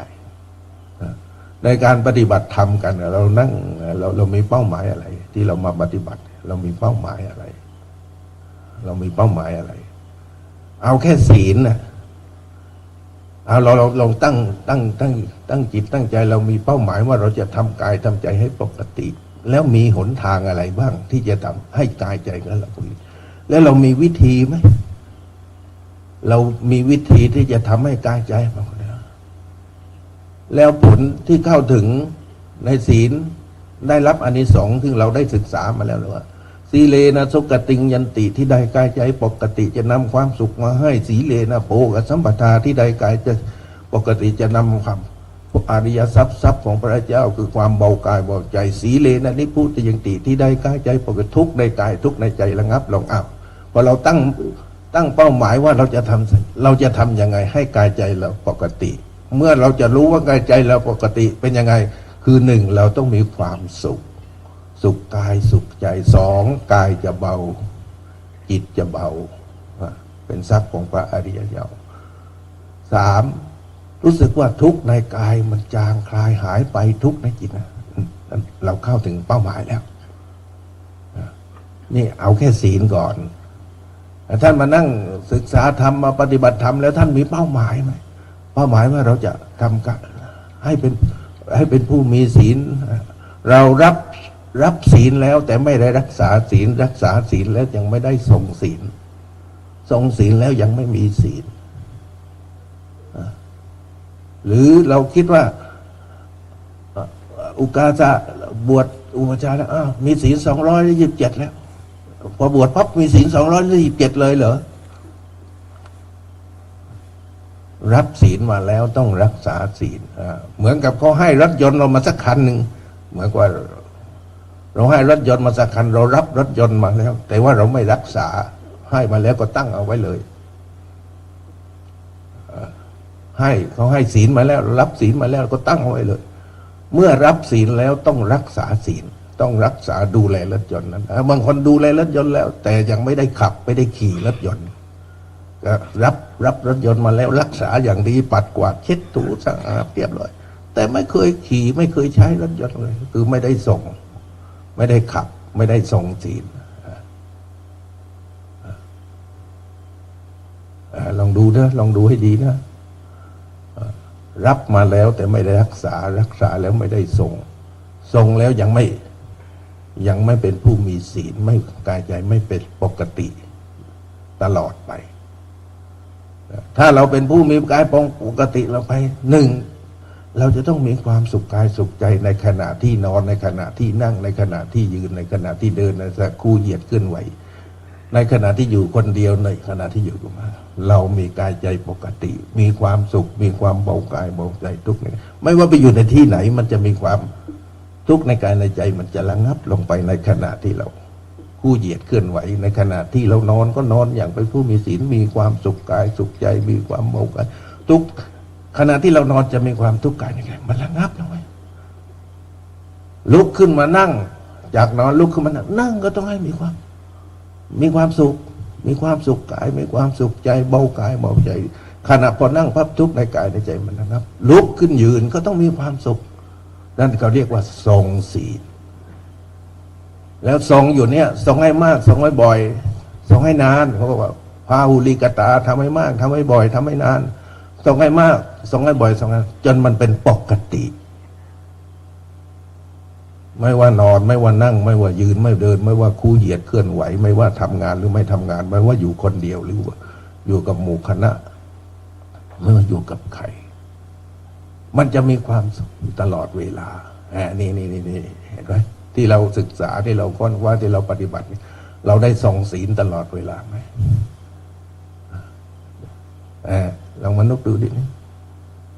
ขณะนี้เวลา 9 นาฬิกาหย่อน29 นาทีนะเอาลองดูดิว่าเราได้รับศีลมาแล้วเราได้รักษาศีลไหมรักษาศีลแล้วเราได้ทรงศีลไหมทรงศีลคือมีศีลนี่คือเป็นผู้มีปกติแล้วไม่ว่าจะนอนไม่ว่าจะนั่งไม่ว่าจะยืนไม่ว่าจะเดินไม่ว่าคู่เหยียดเคลื่อนไหวไม่ว่าอยู่กับหมู่คณะว่าอยู่คนเดียวมันจะต้องมีปกติสุขอยู่ตลอดนั่นมันอานิสงส์ของศีลนะดำริออกจากทุกข์เห็นทุกข์คือไม่ปกติดำริออกจากทุกข์ในขณะที่เรานอนในขณะที่เรานั่งในขณะที่เรายืนในขณะที่เราทุกข์ไหมเรานอนเป็นทุกข์ไหมเรานั่งเป็นทุกข์ไหมเรายืนเป็นทุกข์ไหมเราเดินคู่เหยียดขึ้นไหวเป็นทุกข์ไหมเห็นไหมเห็นว่ามันทุกข์ในขณะที่เรานอนขณะที่เรานั่งขณะที่เรายืนขณะที่เราคู่เหยียดเคลื่อนไหวอยู่คนเดียวอยู่คนถามว่า ในขณะนั้นเราเป็นทุกข์ไหมเห็นทุกข์เมื่อเห็นทุกข์แล้วเราคิดจะออกจะทำยังไงเอาทุกข์ออกจากกายออกจากจิตดำริออกจากทุกข์เพราะเมื่อมันทุกข์คือมันไม่ปกติเพราะผู้ที่มีศีลไปดูนะสีเลนะสุขติงยันติที่ได้กายใจปกติคือเป็นผู้มีศีลมีความสุขกายมีความสุขใจสีเลนะโภกสัมปทาที่ได้กายใจปกติทรัพย์ของพระอริยโภกทรัพย์คือมีความเบากายเบาใจสีเลนะนิพุจิงยันติที่ได้กายใจเป็นทุกข์ในกายในใจระงับลงแล้วเมื่อคุณนอนแล้วความทุกข์ระงับลงเมื่อคุณนั่งความทุกข์มันระงับลงเมื่อคุณยืนความทุกข์มันระงับลงเมื่อคุณเดินไปความทุกข์เมื่อขณะที่คุณกู้เหยียดเคลื่อนไหวกวาดขยะซักผ้าความทุกข์มันระงับลงคุณอยู่คนเดียวความทุกข์มันก็ระงับลงคุณอยู่กับหมู่กันนะความทุกข์มันระงับลงมันมีความสุขไหมเพราะความสุขมันจะเกิดขึ้นได้ก็ต้องทุกข์มันระงับแต่ว่าเราที่มาบวชที่มาเรียนที่มาศึกษาที่มาปฏิบัติธรรมเนี่ยเรามีเป้าหมายไหมว่าเราจะทำกายทำใจให้เราจะรักมาศักดิ์ศรีนั่นนี่โดยเจตนาผมไปปฏิวัติไปชำระให้ชำระศีลคือที่จริงไม่ใช่ชำระศีลนะไปชำระสิ่งที่บกพร่องที่เป็นสกปรกของศีลเพื่อให้ศีลชำระศีลก็หมายถึงว่ามาทำให้ศีลบริสุทธิ์พอศีลบริสุทธิ์เป็นยังไงเกิดความสุขเกิดความเบากายทุกที่มีมาแต่ก่อนเก่าเคยสับสนวุ่นวายวุ่นซ่านนั่งมันระงับหายไปเนี่ยเห็นทุกข์ดำริออกจากเราคิดที่จะออกจากทุกข์แล้วนะมันยังออกไม่ได้นะเพราะมีแต่ปัญญาคนไม่มีปัญญาจะรักษาศีลไม่ได้เพราะในอริยมรรคองค์8พระพุทธเจ้าพูดปัญญาก่อนสัมมาทิฏฐิคือเป็นองค์ของปัญญาสัมมาสังกัปปะนี่ก็เป็นองค์ของปัญญา2องค์ที่2ปัญญามี2ส่วนองค์ของศีลมีสัมมาวาจาสัมมากัมมันโตสัมมาอาชีโวต้องพูดคุยกับความทุกข์ดูก่อนเจ้าตัณหาเจ้าเป็นนายช่างสร้างเรือนเจ้าเป็นนายช่างสร้างความทุกข์ให้เกิดขึ้นในกายในใจของเราตลอดมาต้องศึกษาพูดคุยพระองค์ไม่ได้ไปพูดคุยเหมือนกับที่เราสวดเราแปลพูดคุยกับตัวเองปวดก้นไหมปวดหัวเข่าไหมแน่นมึนตื้อตึงไหมเบื่อไหมเซ็งไหมหงุดหงิดรำคาญไหมเราต้องพูดคุยกับมันเพราะความหงุดหงิดฟุ้งซ่านรำคาญความเบื่อความเซ็งความท้อความถอยความหดหู่ห่อเหี่ยวความง่วงเหงาหานอนนี่เป็นชื่อของความทุกข์ทั้งนั้นเลยราคะก็เป็นของร้อนโทสะก็เป็นของร้อนโมหะก็เป็นของร้อนเป็นความทุกข์ทั้งนั้นเลยเมื่อมันเกิดความทุกข์เราเห็น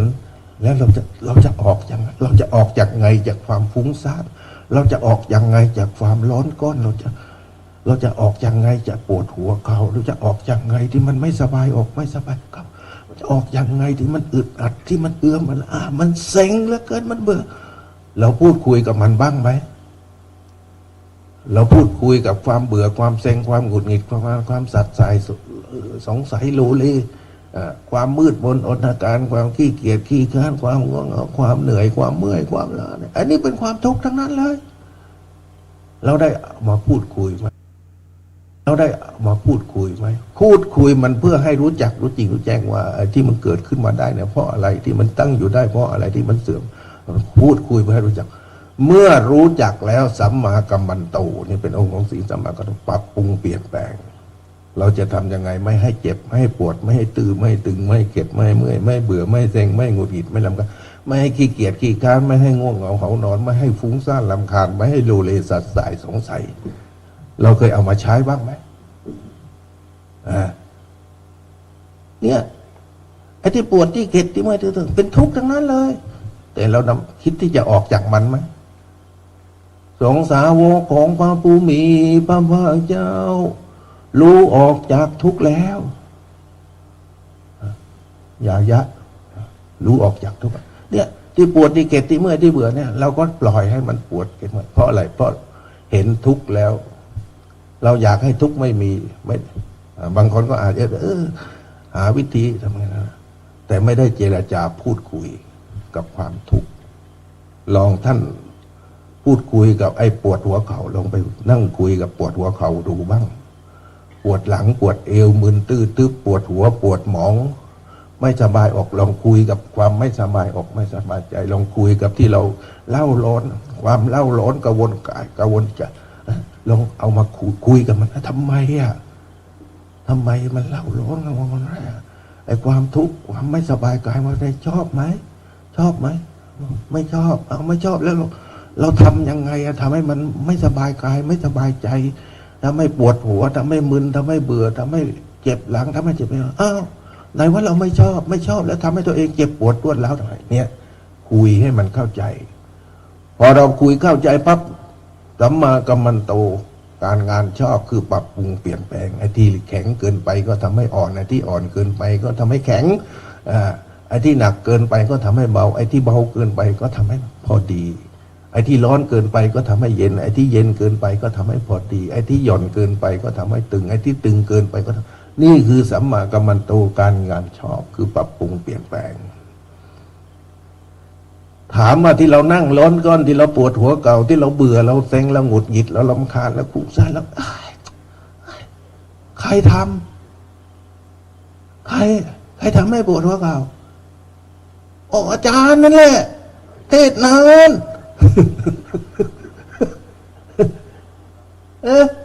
เนี่ยที่ปวดหัวเข่าเนี่ยผมก็ปวดเนี่ยใครท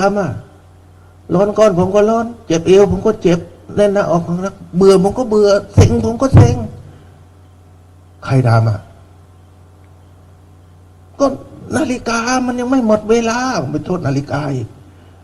ผมก็ต้องนั่งทนอยู่นี่แหละเห็นไหมไม่ได้โทษว่าเราคนอื่นเขาเป่าเนาะกูทำเองคนอื่นเขาเป่าเนาะกูทำเองคนอื่นไม่ได้ทำให้เราทุกข์แต่เรานี่แหละทำให้ตัวเองทุกข์พระองค์จึงบอกว่าตนนั่นแหละเป็นที่พึ่งของตนนั่นแหละจะช่วยตนให้พ้นทุกข์เห็นไหมแล้วไปอาศัยคนอื่นมาช่วยให้เราพ้นทุกข์ได้ไหมก็ได้เล็กๆน้อยๆนิดๆหน่อยๆเช่นสมมุติว่าเราคันข้างหลังช่วยเกาให้หน่อยให้คนอื่นมาเกาได้สักนิดเดียวหรอกแต่เขาไม่ได้อยู่กับเราตลอดแต่ว่าส่วนมากเราไม่ต้องแต่ถ้าพอเรากลับมาเห็นความเจ็บปวดรวดร้าวทุกข์ทรมานไม่สบายกายไม่สบายใจเราจะทำยังไงออกจากความเจ็บปวดรวดร้าวทุกข์ทรมานกายนี่องค์ปัญญาครบแล้วดำริออกจากทุกข์ที่องค์ของศีลมีแต่ปัญญาบางคนรู้หมดเนี่ยฟังอย่างนี้เข้าใจนะแต่กว่าที่จะทำให้กายใจปกติมันไม่ใช่เรื่องง่ายต้องพูดต้องคุย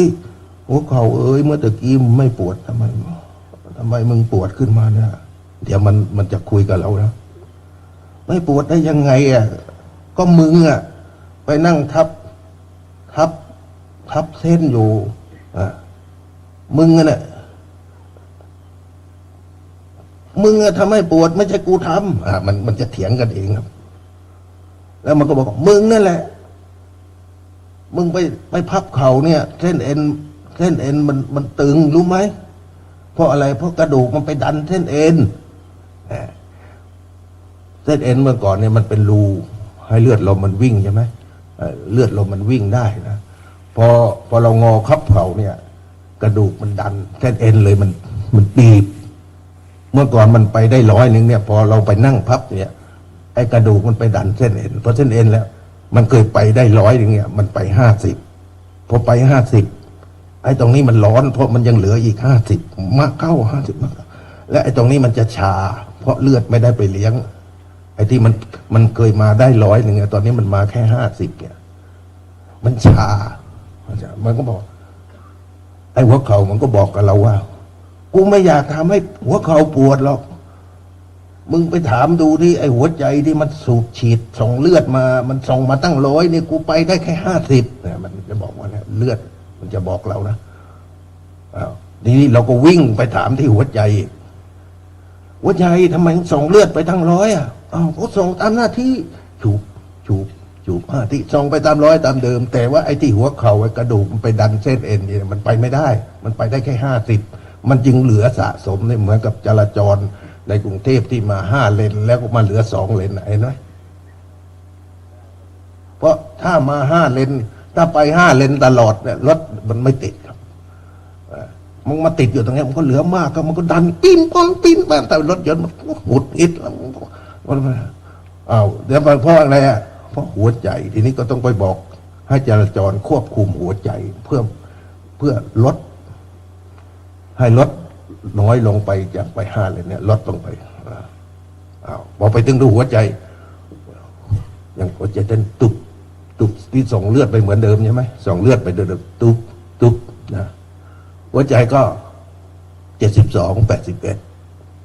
เต้นอยู่72-81 72-81 โน่นไอ้หัวเข่ามันเจ็บแล้วเลือดลมติดไม่ได้เราไปคุยกับหัวใจแล้วไปเจรจาพูดคุยกับหัวใจแล้วไปพูดคุยกับหัวใจแล้วโอ้หัวใจบอกไม่ได้เพราะเขาศกงั้นนี่ต้องทำแค่นี้ต้องทำอย่างนี้ต้อง71 72-81 ไม่ใช่บอกหวยนะครับเดี๋ยวเอาในพรุ่งนี้เอาชื่อหวยอีกพูดไม่ได้เลยตัวเลขเนี่ยหัวใจก็ยังเต้นตึบตึบตึบแล้วก็ส่งเลือดไปเท่าเดิมนะตรงนี้ก็ยังร้อนนะครับงั้นหัวใจก็เลยบอกว่าไอ้เขาเนี่ยอยากจะส่งไป50เหมือนกันแต่ว่าไอ้ปอดอะมันส่งลมมา100อ่ะเลยก็ต้องปล่อยสังเกตไว้คนที่นั่งนานๆมันจะเป็นโรคหัวใจลิ้นหัวใจเป็นอะไรมากนะเพราะอะไรเพราะว่าหายใจลมหายใจเข้า100หายใจเข้านะหายใจอย่างนั้นเมื่อหายใจเข้ามามากหัวใจก็ยังเต้นปกติเหมือนเดิมนะอย่างนั้นทำไงต้องไประงับลมหายใจในอานาปานสติข้อที่4ระงับกายสังขารมีไหมมีใช่ไหมไม่เชื่อนะถ้าท่านได้อานาปานสติ4 ขั้นได้ขั้นที่4นะเข้าไประงับกายสังขารนะตั้งนั่งได้เป็นวันเป็นคืนเลยครับเราไม่เคยใส่ใจเข้าไประงับกายสังขารเพราะลมหายใจมาปรุงแต่งให้หัวใจชูบชูบชูบชูบนับได้72-81 แล้วก็มันจะส่งไปแล้วนะพอเราหายใจเข้าให้แผ่วหายใจเข้ารู้สึกว่าเย็นหายใจออกหายใจเข้ายาวก็รู้ชัดหายใจออกยาวก็หายชัดหายใจเข้าสั้นก็รู้ชัดจนว่าลมหายใจไม่เข้าไม่ออกยึบที่ปวดที่เข็ดนี่ไม่ได้โม้จริงๆถ้าท่านอยากไม่ให้ปวดให้เข็ดนะท่านหยุดหายใจนะหยุดลมหายใจให้ได้แล้วท่านจะอุทานออกมาจริงๆแต่ว่าพูดแต่ก็ท่านไม่เชื่อหรอกท่านไม่เชื่อหรอกแต่ในอานาปานท่านสอนไว้เลยนะลมหายใจเข้ายาวก็รู้ชัดลมหายใจออกยาวก็รู้ชัดลมหายใจเข้าสั้นก็รู้ชัดลมไม่เข้าไม่ออกหยุดปุ๊บแค่ท่านแค่กลั้นลมหายใจแค่หยุดชั่วขณะนี้รู้สึกว่าความปวดเนี่ยมันจะเบาลงทันทีเลยแต่ถ้าท่านดูจะลมหายใจตามที่พระองค์ทรงสอนไม่ใช่ไปบังคับนะเพียงแต่เราไม่ไปไขลานเราไม่ไปเติมไม่ไปปรุงแต่งมันดูกันเฉยๆพอหยุดลมหายใจหยุดหัวใจหยุดตุ๊บหยุดชั่วขณะที่จะปอดก็จะหยุดทีนี้มันจะเหลือแต่ชีพจรจะเต้นตุ๊บตุ๊บตุ๊บตุ๊บตุ๊บตุ๊บตุ๊บตุ๊บตุ๊บดูไปจนชีพจรหยุดตุ๊บตุ๊บตุ๊บตุ๊บตุ๊บตุ๊บตุ๊บตุ๊บตุ๊บตุ๊บปึ้งหายไปทิ้งเลยแต่เราไม่เคยไปถึงนั้นเราไม่เคยตามไปดูไม่เคยรู้ไม่เคยตามไปดูนะแต่ถ้าพอท่านคนไหนนะทำไปนะตามนาป่าหรือว่าท่านได้อารมณ์กรรมฐานดูไปพอจิตละเอียดลมหายใจนี้จะแผ่วเบาละเอียดลมหายใจในปอดจะหยุดเหลือแต่ลมหายใจในสะดือ เหมือนกับเราที่อยู่ในครรภ์ของมารดาเราไม่ได้หายใจด้วยปอดหายใจด้วยสะดือเราหายใจด้วยสะดือถ้ากราบใดที่เราจะไม่ได้ต้องเข้าไประงับกายสังขารแม้กระทั่งเรื่องฐานลมซึ่งมี6 อย่างเนี่ยเราก็ไม่ค่อยได้ศึกษาไม่ค่อยได้ว่าลมพัดขึ้นเบื้องบนลงเบื้องต่ำ ลมในท้องลมในไส้ลมหมุนไปตามตัวเราหายใจเข้าออกธาตุลมนี่มันไม่ใช่หกอาการเนี่ยเราไปนั่งดู แล้วถ้าพอเราระงับการสั่งการหายใจด้วยสะดือได้มันจะหายใจได้กับเส้นขุนขมที่คนบางองค์ที่คนนั่งเป็นวันเป็นคืนนั่งเหมือนหลวงปู่คันลิงนั่งจนขี้ข้างคาวขึ้นมาเสมอหัวเข่าเนี่ยก็ไม่ได้หายใจด้วยปอดเขาหายใจด้วยโอโซนแล้วหายใจเอาโอโซนแล้วไม่ใช่อยู่อย่างนี้นะเอาลองไปทำดูเวลาท่าจิตท่านเป็นสมาธิเนี่ยท่านสังเกตดูลมหายใจมันจะระงับเพราะลมหายใจนี่มันจะไปปรุงแต่งกายลมหายใจมันนี่จะไปปรุงแต่งจิตลมหายใจของในฐานของกายนั่นก็มีอย่างลมหายใจในฐานเวทนาก็ต้องระงับกายเวทนาลมหายใจในจิตก็อีกอย่างหนึ่งลมหายใจในธรรมลมหายใจในสติก็อีกอย่างนึงมันเราต้องตามไปดูความละเอียดของลมอันนี้พวกเราแค่ลมหยาบนี่บางทีก็ดูไม่ได้แล้วแค่คุณนั่งให้หายปวดหายเข็ดอะไรเมื่อคุณยังทำไม่ได้เลยอย่างดีก็นั่งกัดควันโอ้ก็นั่งทนจนว่าไอ้นี่มันมากเข้ามันระเบิดนี่ก็บอกว่าพอนั่งไปมันระเบิดตุ้มโล่งโปร่งเบาสบายนั่งได้สว่างคาตาไอ้นั่นนั่งได้ความอดทนขันติเป็นเครื่องขูดกัดเกลาแต่ถ้าคนเป็นเดินตามอริยมรรคเห็นทุกข์ดำริออกจากทุกข์เจรจาพูดคุยกับความทุกข์ปรับปรุงเปลี่ยนแปลงความทุกข์พอมันโปร่งโล่งเบาสบายกายใจสัมมาชีวะประคับประคองไว้ไม่ให้มีความทุกข์ประคับประคองต่อไปเราจะยืนเราจะนั่งมันจะทรงแล้วมันจะควบคุมมันจะทรงตัวจะไม่นั่งให้ปวดให้เข็ดให้เมื่อยเห็นอะไรก็จะไม่ทำให้เราร้อนกระวนกระวายมันจะทรงศีลทรงกายทรงใจอุจุงกายยังตั้งกายของทรงเพื่อให้ตรงทรงให้กายใจปกติเนี่ยเรานั่งเราจะ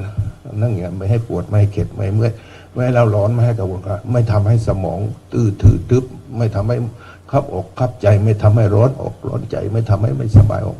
นี่เรียกว่าทรงศีลเมื่อเราโปรดโปร่งโล่งเบาสบายแล้วนี่แปลว่าเราได้รักษามรรคทั้ง5ได้เดินมาตั้งแต่ข้อที่1ข้อที่2ข้อที่3ข้อที่4ข้อนี้เรียกว่า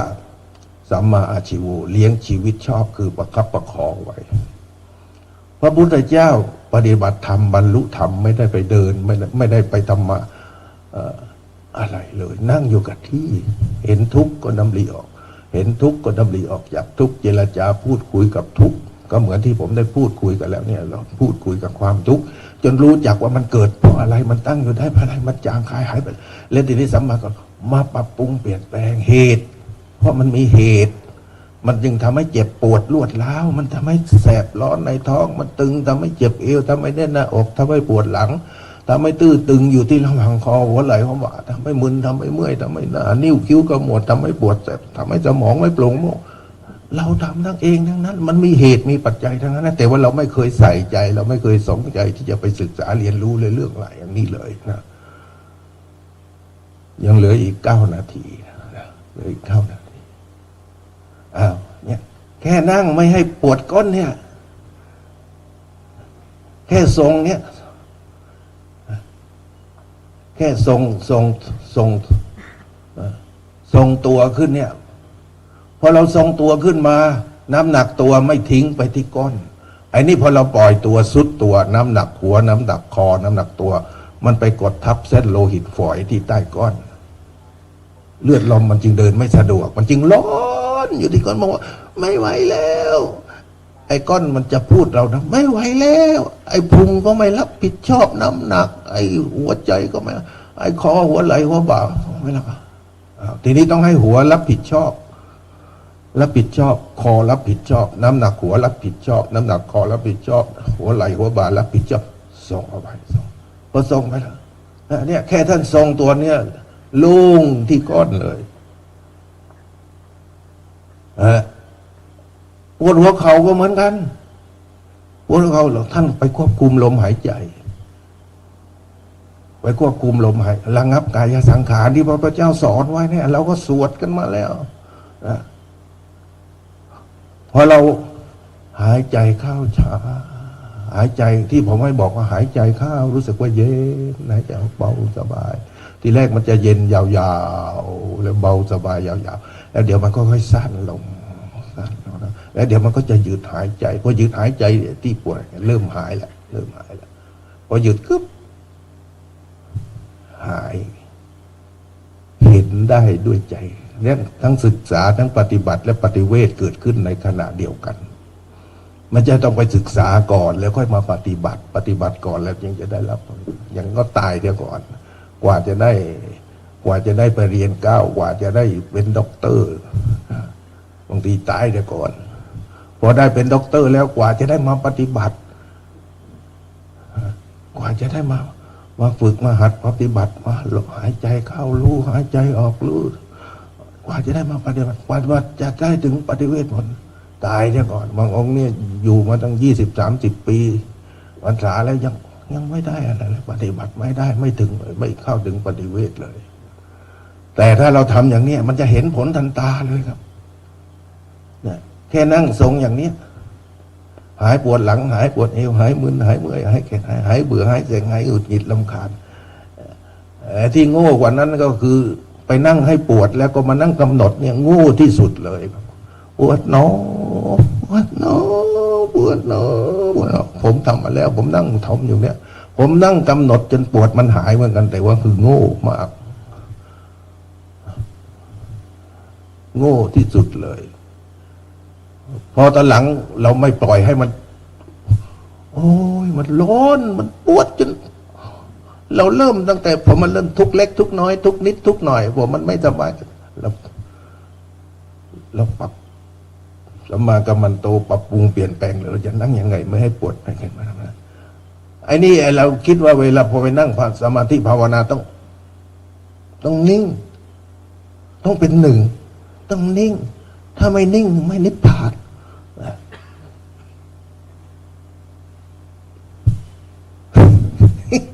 เห็นไหม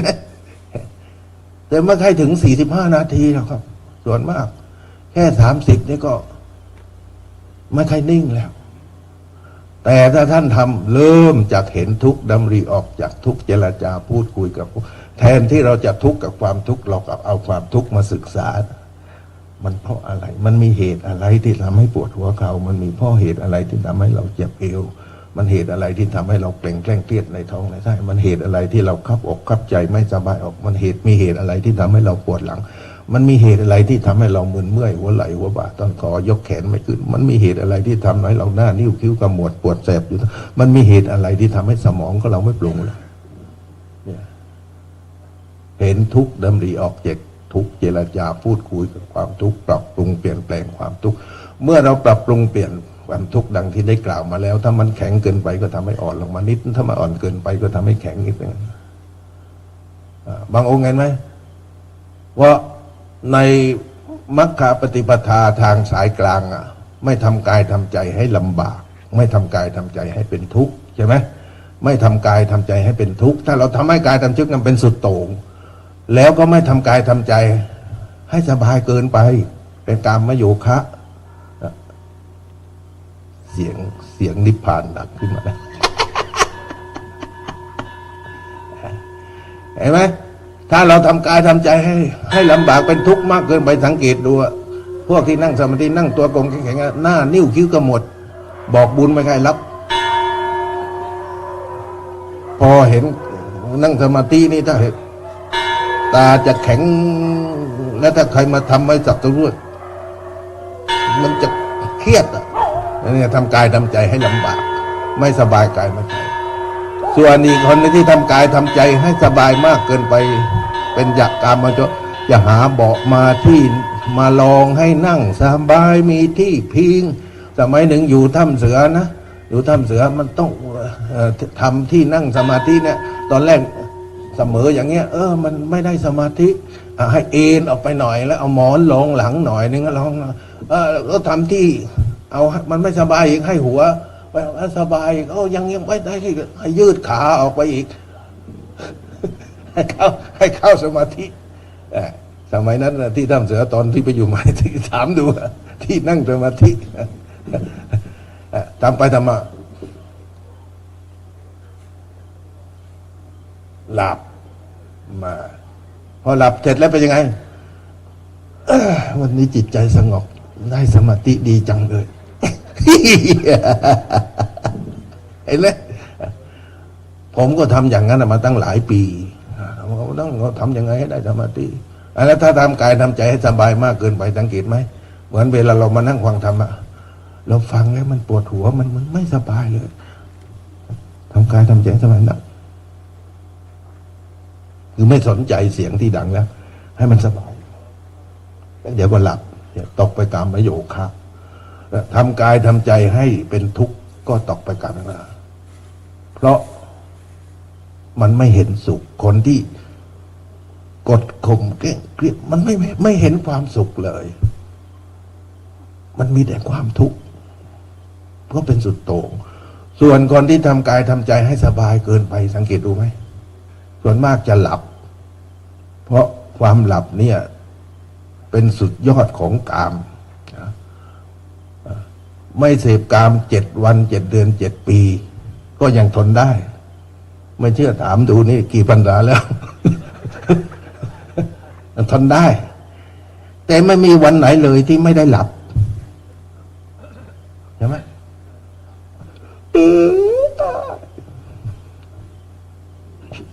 ปัดที่นอนให้ทันทีเลยบอกน่ายแล้วทีดึง เห็นไหมอย่างนั้นพอเราเห็นทุกข์เนี่ยเราจำดีออกเมื่อเราไม่ทำกายทำใจให้เป็นทุกข์มากเกินไปไม่ทำกายทำใจให้เป็นสุขสบายมากเกินไปเรียกว่ามัชฌิมาปฏิปทาเห็นทุกข์แต่ไม่ได้ทุกข์แต่ว่าเราจะดำริออกจากทุกข์ยังไงนี่ในขณะที่เป็นกลางนั้นนะมันมีทุกข์อยู่ด้วยแต่มันเห็นสุขด้วยในขณะที่มีความสุขเนี่ยมันเห็นทุกข์อยู่ด้วยแต่ในขณะที่เราทำกายทำใจให้ลำบากให้เป็นทุกข์เนี่ยมันไม่เห็นสุขเลยแล้วในขณะที่นอนหลับเราทำกายทำใจให้สุขเกิดไปมันไม่เห็นทุกข์เลยอย่างนั้นเราจะทำยังไงเราก็เริ่มจากที่ความทุกข์เมื่อเรามีความทุกข์เกิดขึ้นแล้วแต่ว่าเราไม่ทุกข์กับมันเราจะหาความสุขในความทุกข์เหมือนกับที่หลวงพ่อนิพพานหาได้ในกิเลสความสุขนั้นหาได้ในความทุกข์เราต้อง